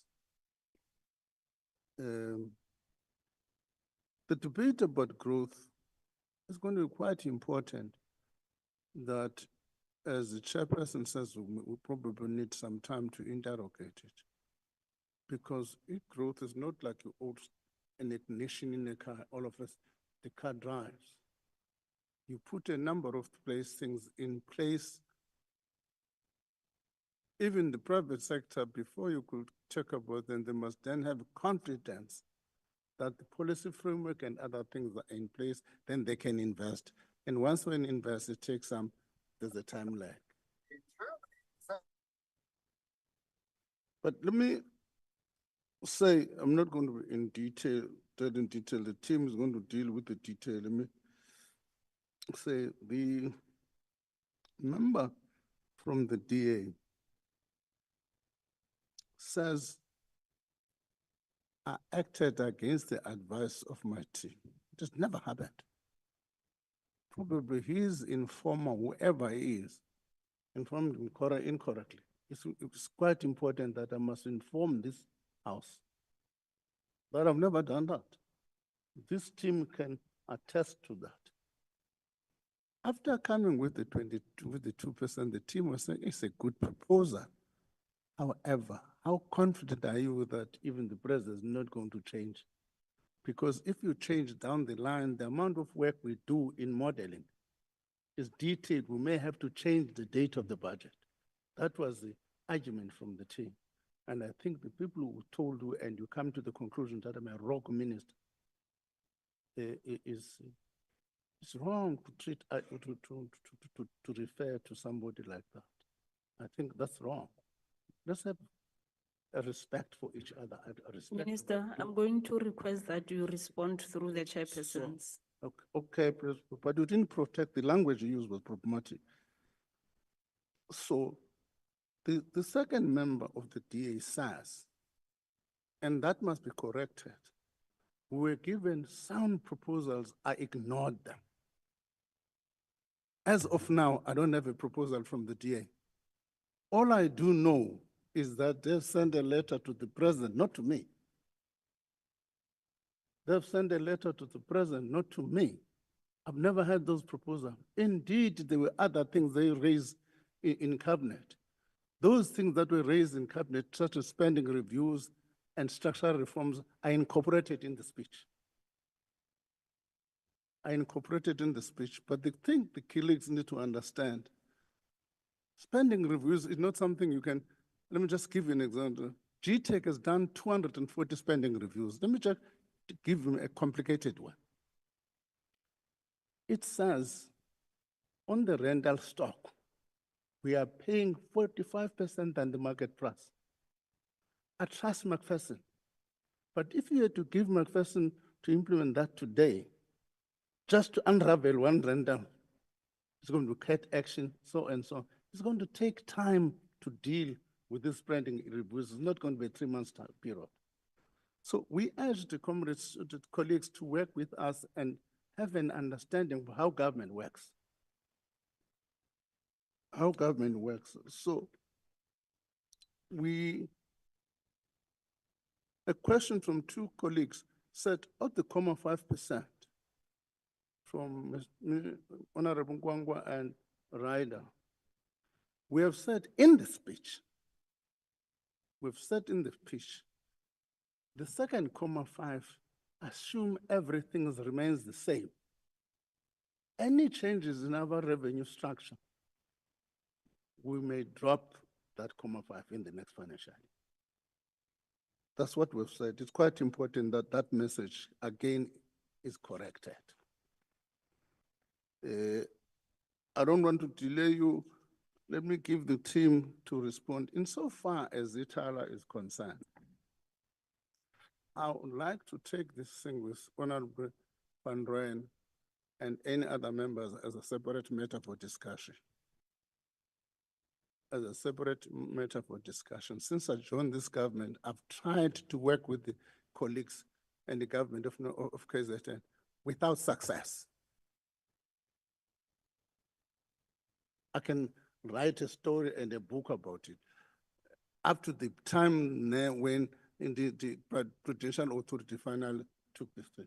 So let's discuss. I'm more than happy to have a discussion on it. We have included the spending reviews precisely because that's a request from the colleagues from the DA. We've included structural reforms and a detailed emphasis on structural reforms in the speech to accommodate what they have been requesting. I've not ignored them. You can, the other, even the commissioner is going to take some 2 questions. You can take some of the, not every, the highlights, some of the highlights. Thank you, Minister. With your permission, I'll ask the teams to just very briefly come in on their areas, and then I'm happy to come in at the end and then hand back to you. And if they can try and be as succinct as possible, starting with Oghali. Thank you, Chair, and thank you, honorable members, Minister DG. So on the local government white paper review, just to indicate to members that this review has already started. So DCOC has asked us to provide inputs and also to chair the finance work stream. So we'll be participating in this work stream and will provide progress at the later stage. And just to indicate that on the local government, obviously the equitable share part, that also as National Treasury were reviewing the whole local government fiscal framework, including the revenue powers obviously that are given to the sphere of government to raise revenue. And obviously, as members have already indicated, there are losses that has been reported by AG. And then on the issue of whether the 28.9 billion includes the 800 post-com doctors, yes, they do. And I suppose the question was why were we not able to keep the 9,000, almost 9,000 doctors in the system? And I think this issue has kind of been, in a way, answered in the sense that, as one member indicated about the issue of the accruals in the system, that obviously what department tends to do is to ensure that the money that they have go towards the home bodies, and then there's pressure in other areas. And we do agree with the honorable member that committing, over-committing the departments is irregular in terms of the PFMA. So therefore, we do accept that, but those challenges that are really beyond, as we know that it has been pressures in this department. So I think probably, maybe the last question was the issue of funding to provinces, to say it's really not about the sphere of government, but if government decides that you don't need the sphere of government, clearly those functions must go somewhere because they deliver critical services such as education and health. Thank you. Thank you, Chair, honourable members. On a couple of the tax points, there were quite a few concerns about base erosion, profit shifting, and illicit financial flows. We've done a lot of legislative amendments over the last few years to try and curb those measures. We've put in stricter interest limitations. The one big measure we did was a global minimum tax that we included in the budget last year. That is actually still anticipated to raise 8 billion from multinationals in 26-27. It's not in this current budget table because we announced it last year, but that is a large increase that the corporates are expected to pay from the following fiscal year. There were a few questions on the adjustments for the brackets. We recognize the impact on lower income households. As a clarification, the table assumes that there won't be any change for inflation in this coming year. However, for the next 2 years, it will be fully adjusted for inflation. So there will be full inflationary relief to those households in the following 2 years. Well, that's what's assumed. It's not in the budget at the moment, but it's assumed in those numbers. My colleague will get to growth, but the biggest point is if we had to raise revenue, that was the best instrument to do so from a growth perspective. It has the lowest impact on jobs, on investment, and ultimately on growth, but Boipuso will do that. The employment tax incentive, that was discussed in NEDLAC in 2019. The proposals from NEDLAC was for it to be extended for 5 years. It went to the Standing Committee on Finance. The Standing Committee on Finance recommended it was extended for 10 years, which is why it's currently to 2029. But we're happy to look at that and reevaluate and see whether that is the potential mechanism. On luxury goods, we do have a luxury goods tax at the moment. It's an ad valorem excise duty, which is 9% extra on top of that, on top of everything else on specific luxury goods. It goes all the way up to 30% for luxury vehicles. We raise about 7 billion from that per year. The long-term revenue generation, other than VAT and PIT, in our view, it is growth. Growth will get us higher revenues, and hopefully we won't need to change rates, as well as improving efficiencies at SARS. Chair, on the draft rates bill, we didn't put a media statement out. Earlier today, it was published on the SARS website for comment to be taken. There are Treasury and SARS emails which commentators can make to that. The closing period for comments would be the 31st of March. Thank you, Chair. Good morning, chairs, honorable members, Minister DG. Thank you very much for the opportunity to respond to the questions. We received quite a few questions on the growth front. I'm Boipuso Modise. I head economic policy at the National Treasury, so those would be in my direction generally. I've tried to group, by way of your guidance, Chair, the general questions we received into 5 broad categories, and I'll address them in turn. I'll start with the more sort of fundamental, sort of broader question around forecast errors and how confident the Treasury is at its ability to produce macroeconomic forecasts. And in brief, our assessment that we do internally, but also research, but also assessments done by other researchers and peers, have found that the National Treasury's projections tend to be generally better than our peers in year and as good as any other forecaster over the medium term, suggesting that we are good at our job in this regard. That said, there is always room for improvement, and we do so by doing the following things. We invest in people, we invest in processes, and we invest in tools. We ensure that our tools are fit for purpose. We ensure that we do so by ensuring that they are aligned to international best practice and calibrate them accordingly. You will know, honorable members, that in 2021, we also published a box with the MTBPS that gave a sense of an update to QMOD, which is our quarterly projections module that we use to run our macroeconomic projections that inform the fiscal framework. Beyond this, we've got a suite of other models that we do off-model work on to help us understand and inform our view on the baseline, which informs the macro fiscal planning process. And as you can imagine, as things and events precipitate and present themselves, we have to do complicated analysis that isn't always necessarily most appropriate for a single source or tool or technique. And as a result, we're having to think about these things across the spectrum of models at our disposal, and then we sort of condense them to help inform our macroeconomic projections. And this approach has served us well in the past and will continue to do so.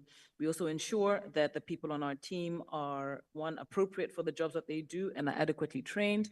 We invest a significant amount of money and time in capacity building to ensure that we produce the right kinds of teams for the work that we need to do.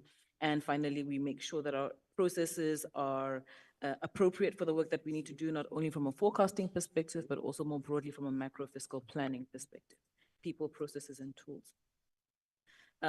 Beyond this, we also spend a lot of time and resources in collaborating with researchers and through partnerships like our SA Tide program, where we've published more than 200 papers on all kinds of issues, including macro fiscal planning, that inform our view on projections and also help us to think about some of these complicated issues as they present themselves, so we are able to best reflect them in our projections. The second question relates to our growth outlook, and we got quite a few questions regarding this. And in brief, what makes us so confident, or where do we think growth is going to come from the 0.6% actuals that were published at the end of, for the end of last year, by Stats SA slightly earlier this year, and how do those then find expression in our macroeconomic baseline? In brief, first, just to clarify, and the DG mentioned this in the presentation that he did, we were unable to incorporate the fourth quarter GDP print into our current projections owing to timing. We just didn't have enough time to run those projections and still make the print. An important footnote is presented with table 2.2 in chapter 2 that indicates that beyond the GDP print, there are also data series from the quarterly bulletin that weren't released in time for us to incorporate into our baseline. But as you would know, on a quarterly basis, we update our models and our projections to ensure that the macro fiscal planning process is up to date and informed with the best and most up-to-date available information. And that is presented with the table in chapter 2.2 as a footnote. To answer your question, specifically around where we think the drivers of growth are in 2025 and over the medium term, in brief, gross domestic expenditure, which is the combination of consumption and investment. We provide quite a detailed overview of what these key drivers are. I will give a very brief overview in the interest of time, but just to ensure that the honorable members adequately answered. From a consumption perspective, we see lower inflation, lower interest rates, and subsequently a lower cost of borrowing, as well as some upside from two pots, from withdrawals from the two-pot system, providing some impetus to consumption over the medium term, stronger consumer sentiment, as well as a slower wage recovery and some credit extension provide some buffer to consumption, household consumption expenditure, which is the highest or the largest contributor to gross domestic product, as honorable members would know. From an investment perspective, the combination of slightly faster global growth, although there are risks associated with this, which I will come to in my next response, as well as falling interest rates globally, have implications and domestically have implications for investment. And this, of course, is also supported by significant resources being allocated to public infrastructure, which is set out in quite some detail in the budget review. The third question was in relation to risks. What is our view on risks, particularly in relation to AGOA? And have we done any work or analysis of this? In brief, yes, we have.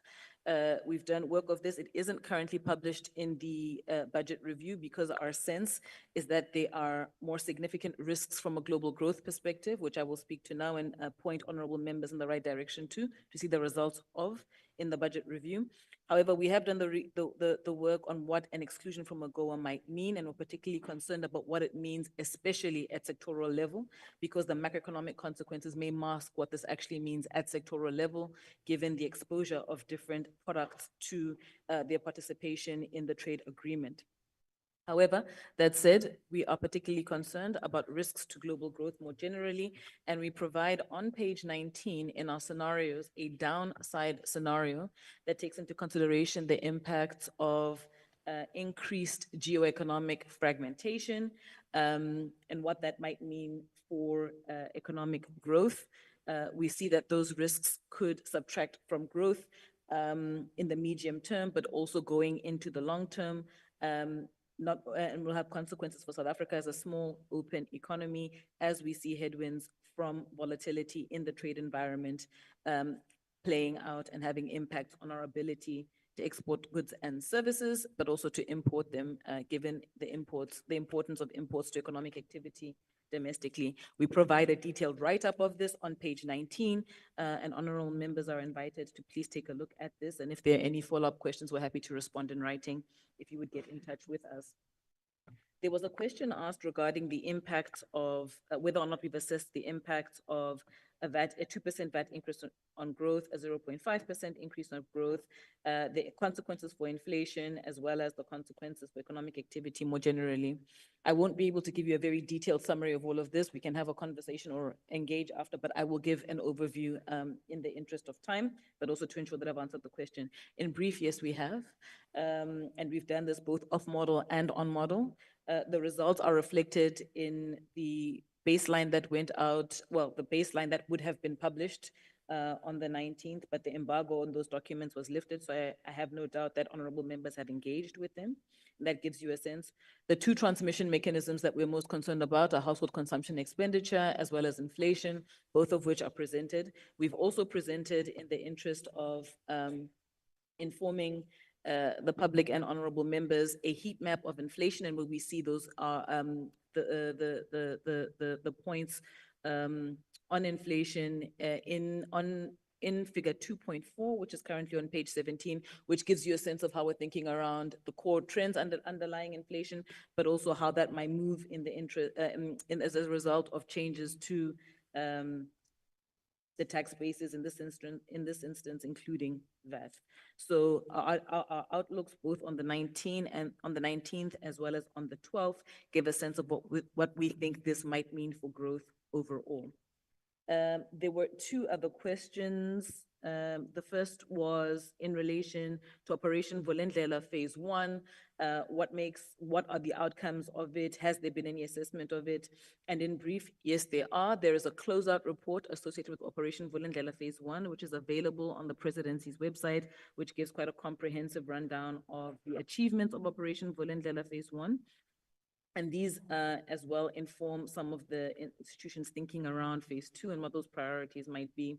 And of course, the chapter 2 of the budget review also gives some sense of Phase 2, its priorities, and our thinking around the potential growth gains in this regard. We also do present a scenario on page 19 as well of what that could mean from a macro fiscal perspective and from an economic growth and resourcing perspective. There was a final question on the 4-pillar growth strategy. Why do we think, well, the question was presented in several ways. And I think in brief, there is no explicit reference to a growth strategy. And I would point honorable members to chapter 2, as well as chapter 1 of the budget review, where we speak to these 4 pillars of growth. These matter because in our assessment, not just ours, but the assessment of many economic commentators, the view is that South Africa's got a structural growth problem characterized by falling total factor productivity. And doing these 4 things puts us on a higher and more sustainable growth trajectory because it addresses the fundamental constraints to growth in a way that is sustainable and inclusive. I'll leave it there. Thank you very much for your time. Thank you. It's Rendania, Acting Head, Public Finance. Let me deal with 3 issues, starting with the spending reviews. Yes, spending reviews have been done, and the low-hanging fruits of these spending reviews have been implemented. I know we've got a session, Honorable My Money, next week on the 19th, where we're gonna be taking you through the spending reviews done. But just to highlight one example of the spending reviews, linking it to your comment on foreign missions. I think we've got about 125 missions, 10 of which have already been closed, and most of them are in South America. But we'll have a session, I know, next week on the 19th, where we're gonna be talking about spending reviews. There was a question on National Lotteries Commission, the surplus. Yes, the legal authority flows from section 53.3 of the PFMA. That says a public entity, Schedule 3, cannot budget for a deficit nor accumulate surpluses without the National Treasury approval. They got a legal opinion to say it's wrong, and our legal team also agrees. because that section 53.3, it doesn't differentiate whether you get appropriated funds or you're self-funded. It doesn't differentiate. And NLC is a victim of that.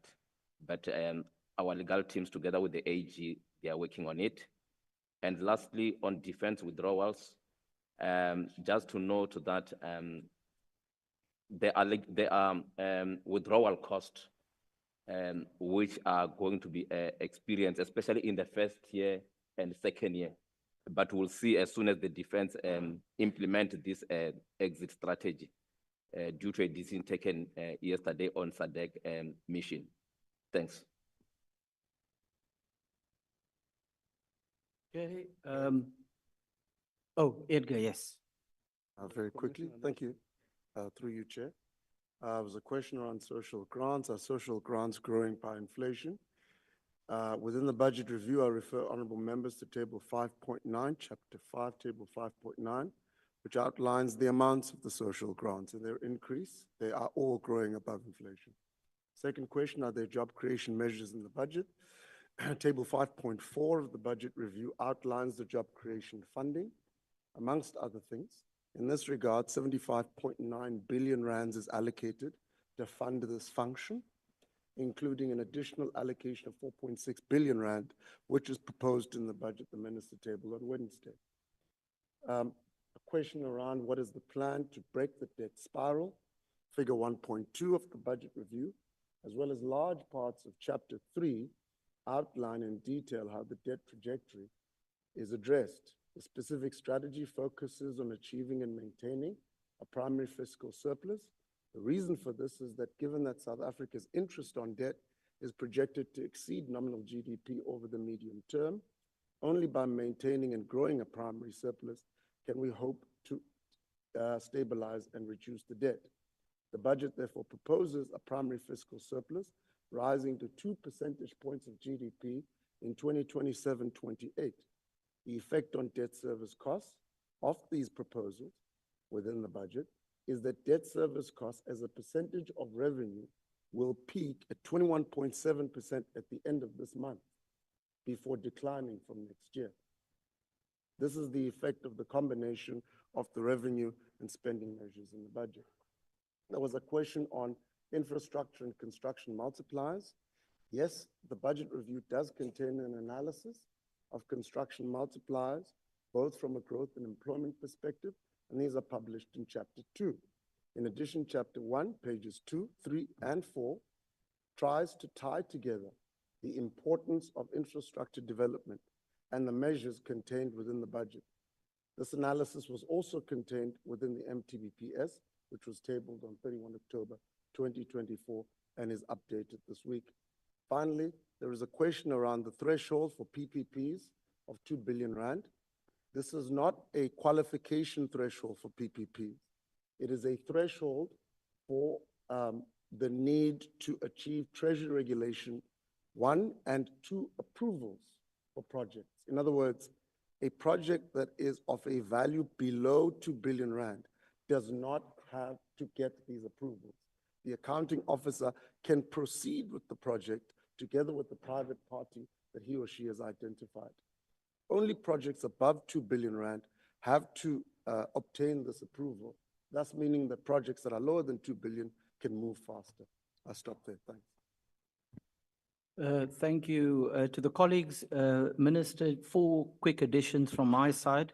The first is that in terms of the questions around pandemic preparedness in Gauteng and the Northwest, the questions around PPPs, that's certainly something we will engage the province on year after. There are certainly some ideas we can share in that case. In terms of the PPPs themselves, however, it's important to make the point that the revisions to Treasury Regulation 16 that were published apply to national departments and entities, not to municipalities. And that's why we are revising the municipal PPP framework during the course of this year. And our view is that will generate a lot of potential for private sector participation in the municipal sphere. Secondly, there were a few questions around the comparator countries used for the tax comparisons. And if the members look at the slides, they will see that, for example, in the case of VAT, we compare ourselves, while we list the OECD average, we compare ourselves to Morocco, Turkey, Algeria, Tunisia, Brazil, India, and Mexico, all of which have higher VAT rates. On the CIT side, we compare ourselves to Africa, and on the PIT side, we also compare ourselves relative to low and middle income countries. So it's important to note there that we do, in fact, ensure that we compare ourselves to our peers in that regard. The third question, much of the work around spending reviews is in fact public. On the GTAC website, there's a Knowledge Hub tab. So if members click on the GTAC website and click on the Knowledge Hub tab, they will find much of that work that is there. And as Rendani's indicated, that will also be shared with the committee formally next week. The final set of questions around the GDP forecasts. Are there ever any political pressures to inflate growth? The GDP forecast is a technical process. There are technical teams in the Treasury that run the assumptions process.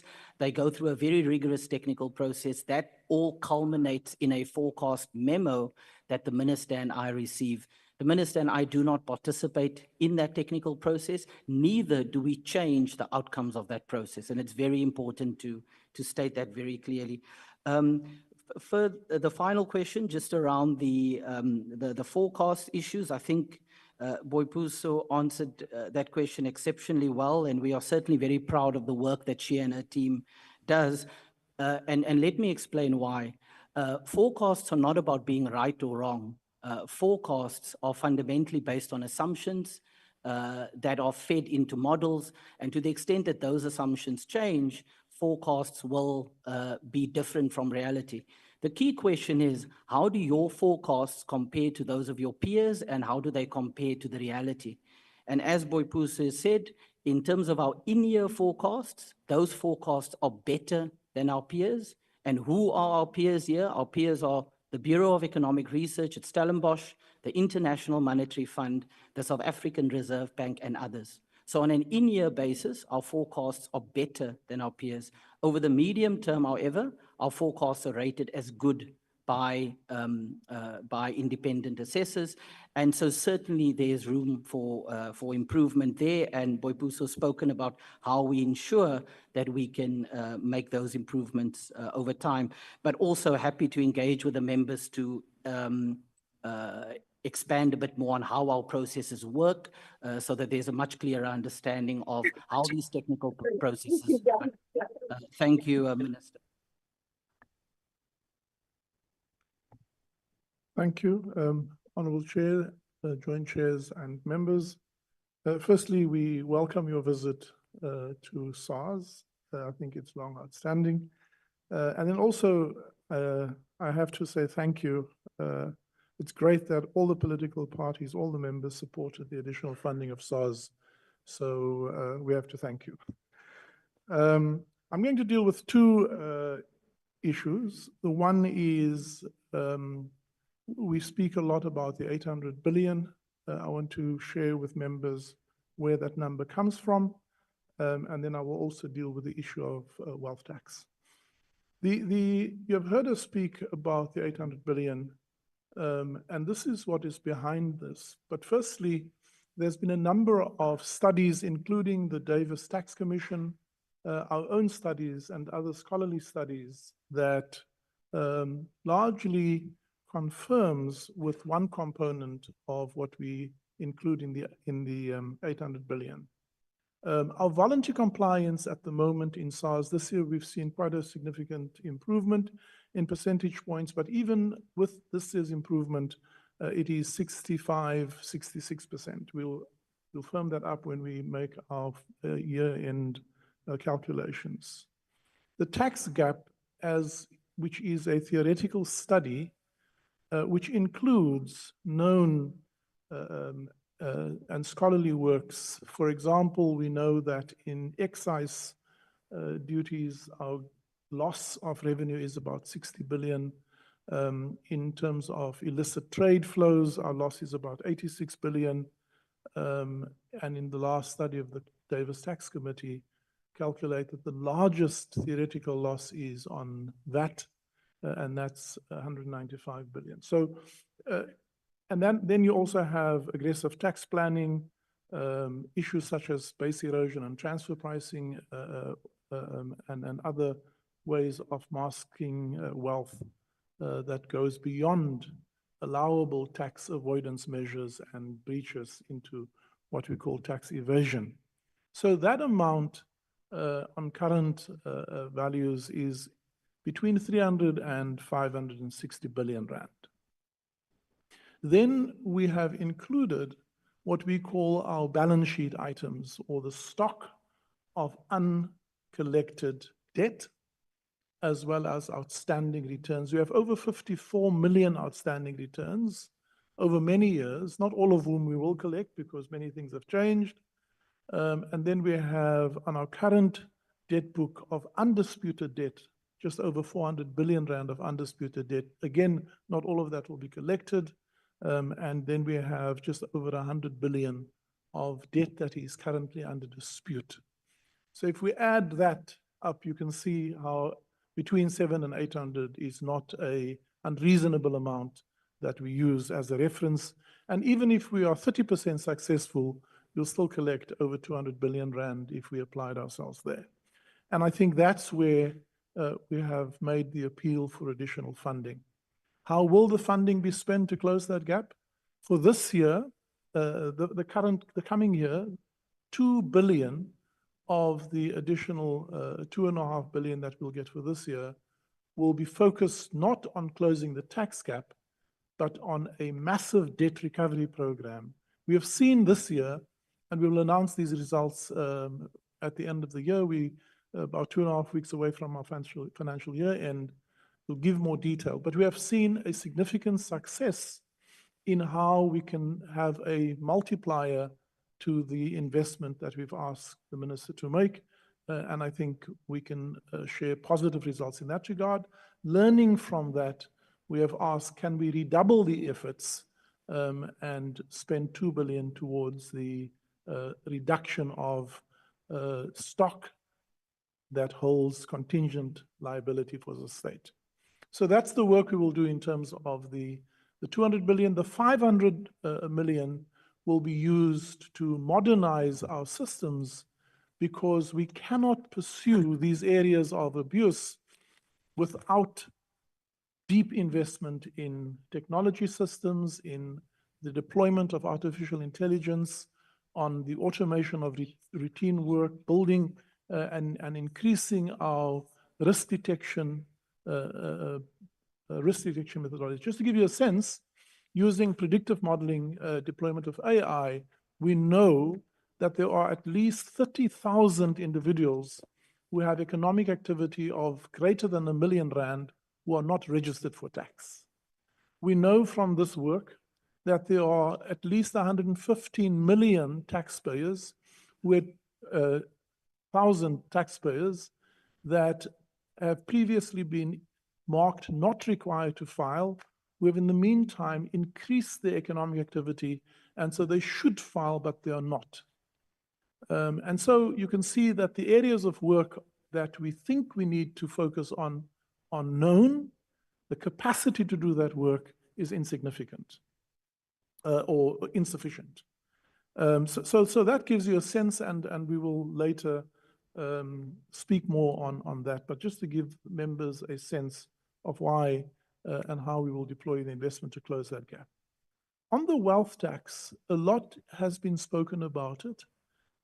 I also think, Chair, this is one of the areas where we may need to come back and do a deep dive discussion with members on wealth tax, because the first question is, what is a wealth tax? How do we define a tax on the wealthy? There isn't a common definition. Once we have a common definition, then we must identify and find those who we think this wealth tax would be applicable to. Then we have to define, we first have to find the wealthy and then the wealth tax. And then lastly, we have to build the capacity to administer this, because if we don't, inadvertently you will have a worse outcome if you can't administer the policies or the measures that we take. And so that requires a deep amount of work, and it certainly will not bring instant money if we were to do so. But we are not without a wealth tax. Let me share with members the following. At the moment, we have about 48% of the 8,000 of the 8 billion income from tax from individual taxes. 390 billion of that comes from people who earn over R1 million. So we would say maybe they begin to speak to the wealthy. Almost half of our taxes come from only 570 individuals, 1,000 individuals. And so that's already a tax on wealthy people. That represents 7.2% of individuals who are taxed, but 3.9% of individuals are employed. Then we have other forms of wealth taxes, including estate duties. When people die, it is biased towards collecting money from the wealthy, donations tax, equity transfers when people trading in shares, transfer duty, capital gains tax, and property taxes in provinces are all, in local governments, are all forms of wealth tax.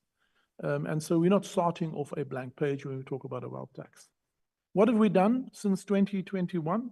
We have created a division that looks at what we then took as an initial stab for wealthy, and we started collecting data of all individuals who on registers own more than 50 million of assets.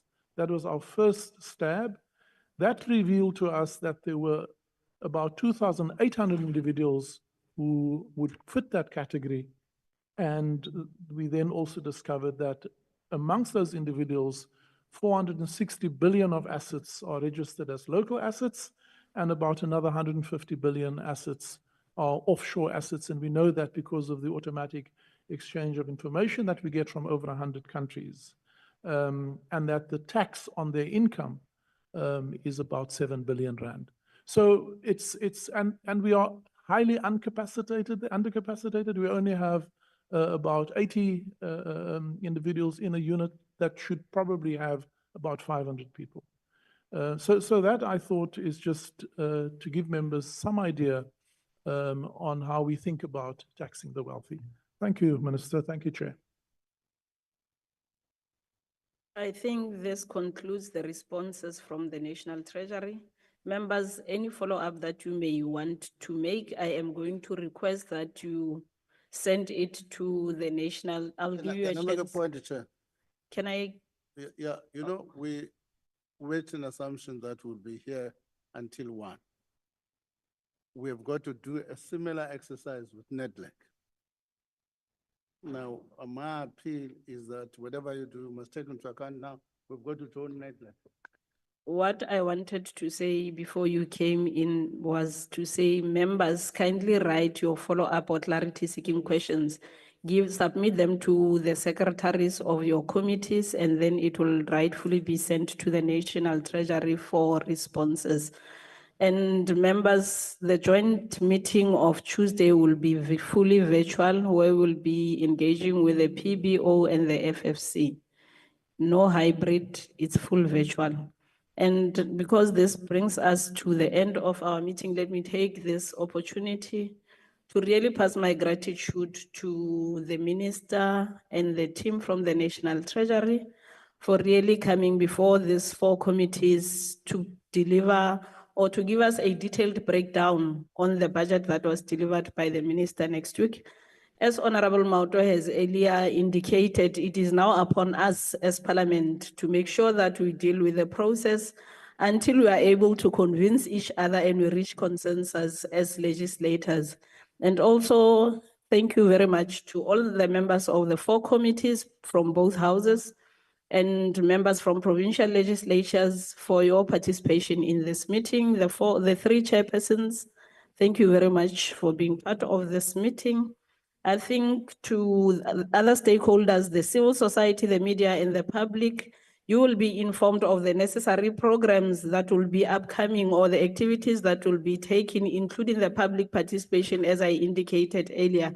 And it will be done through the committee secretaries. For now, thank you very much and travel safe back home. Thank you. This brings us to the end of the meeting.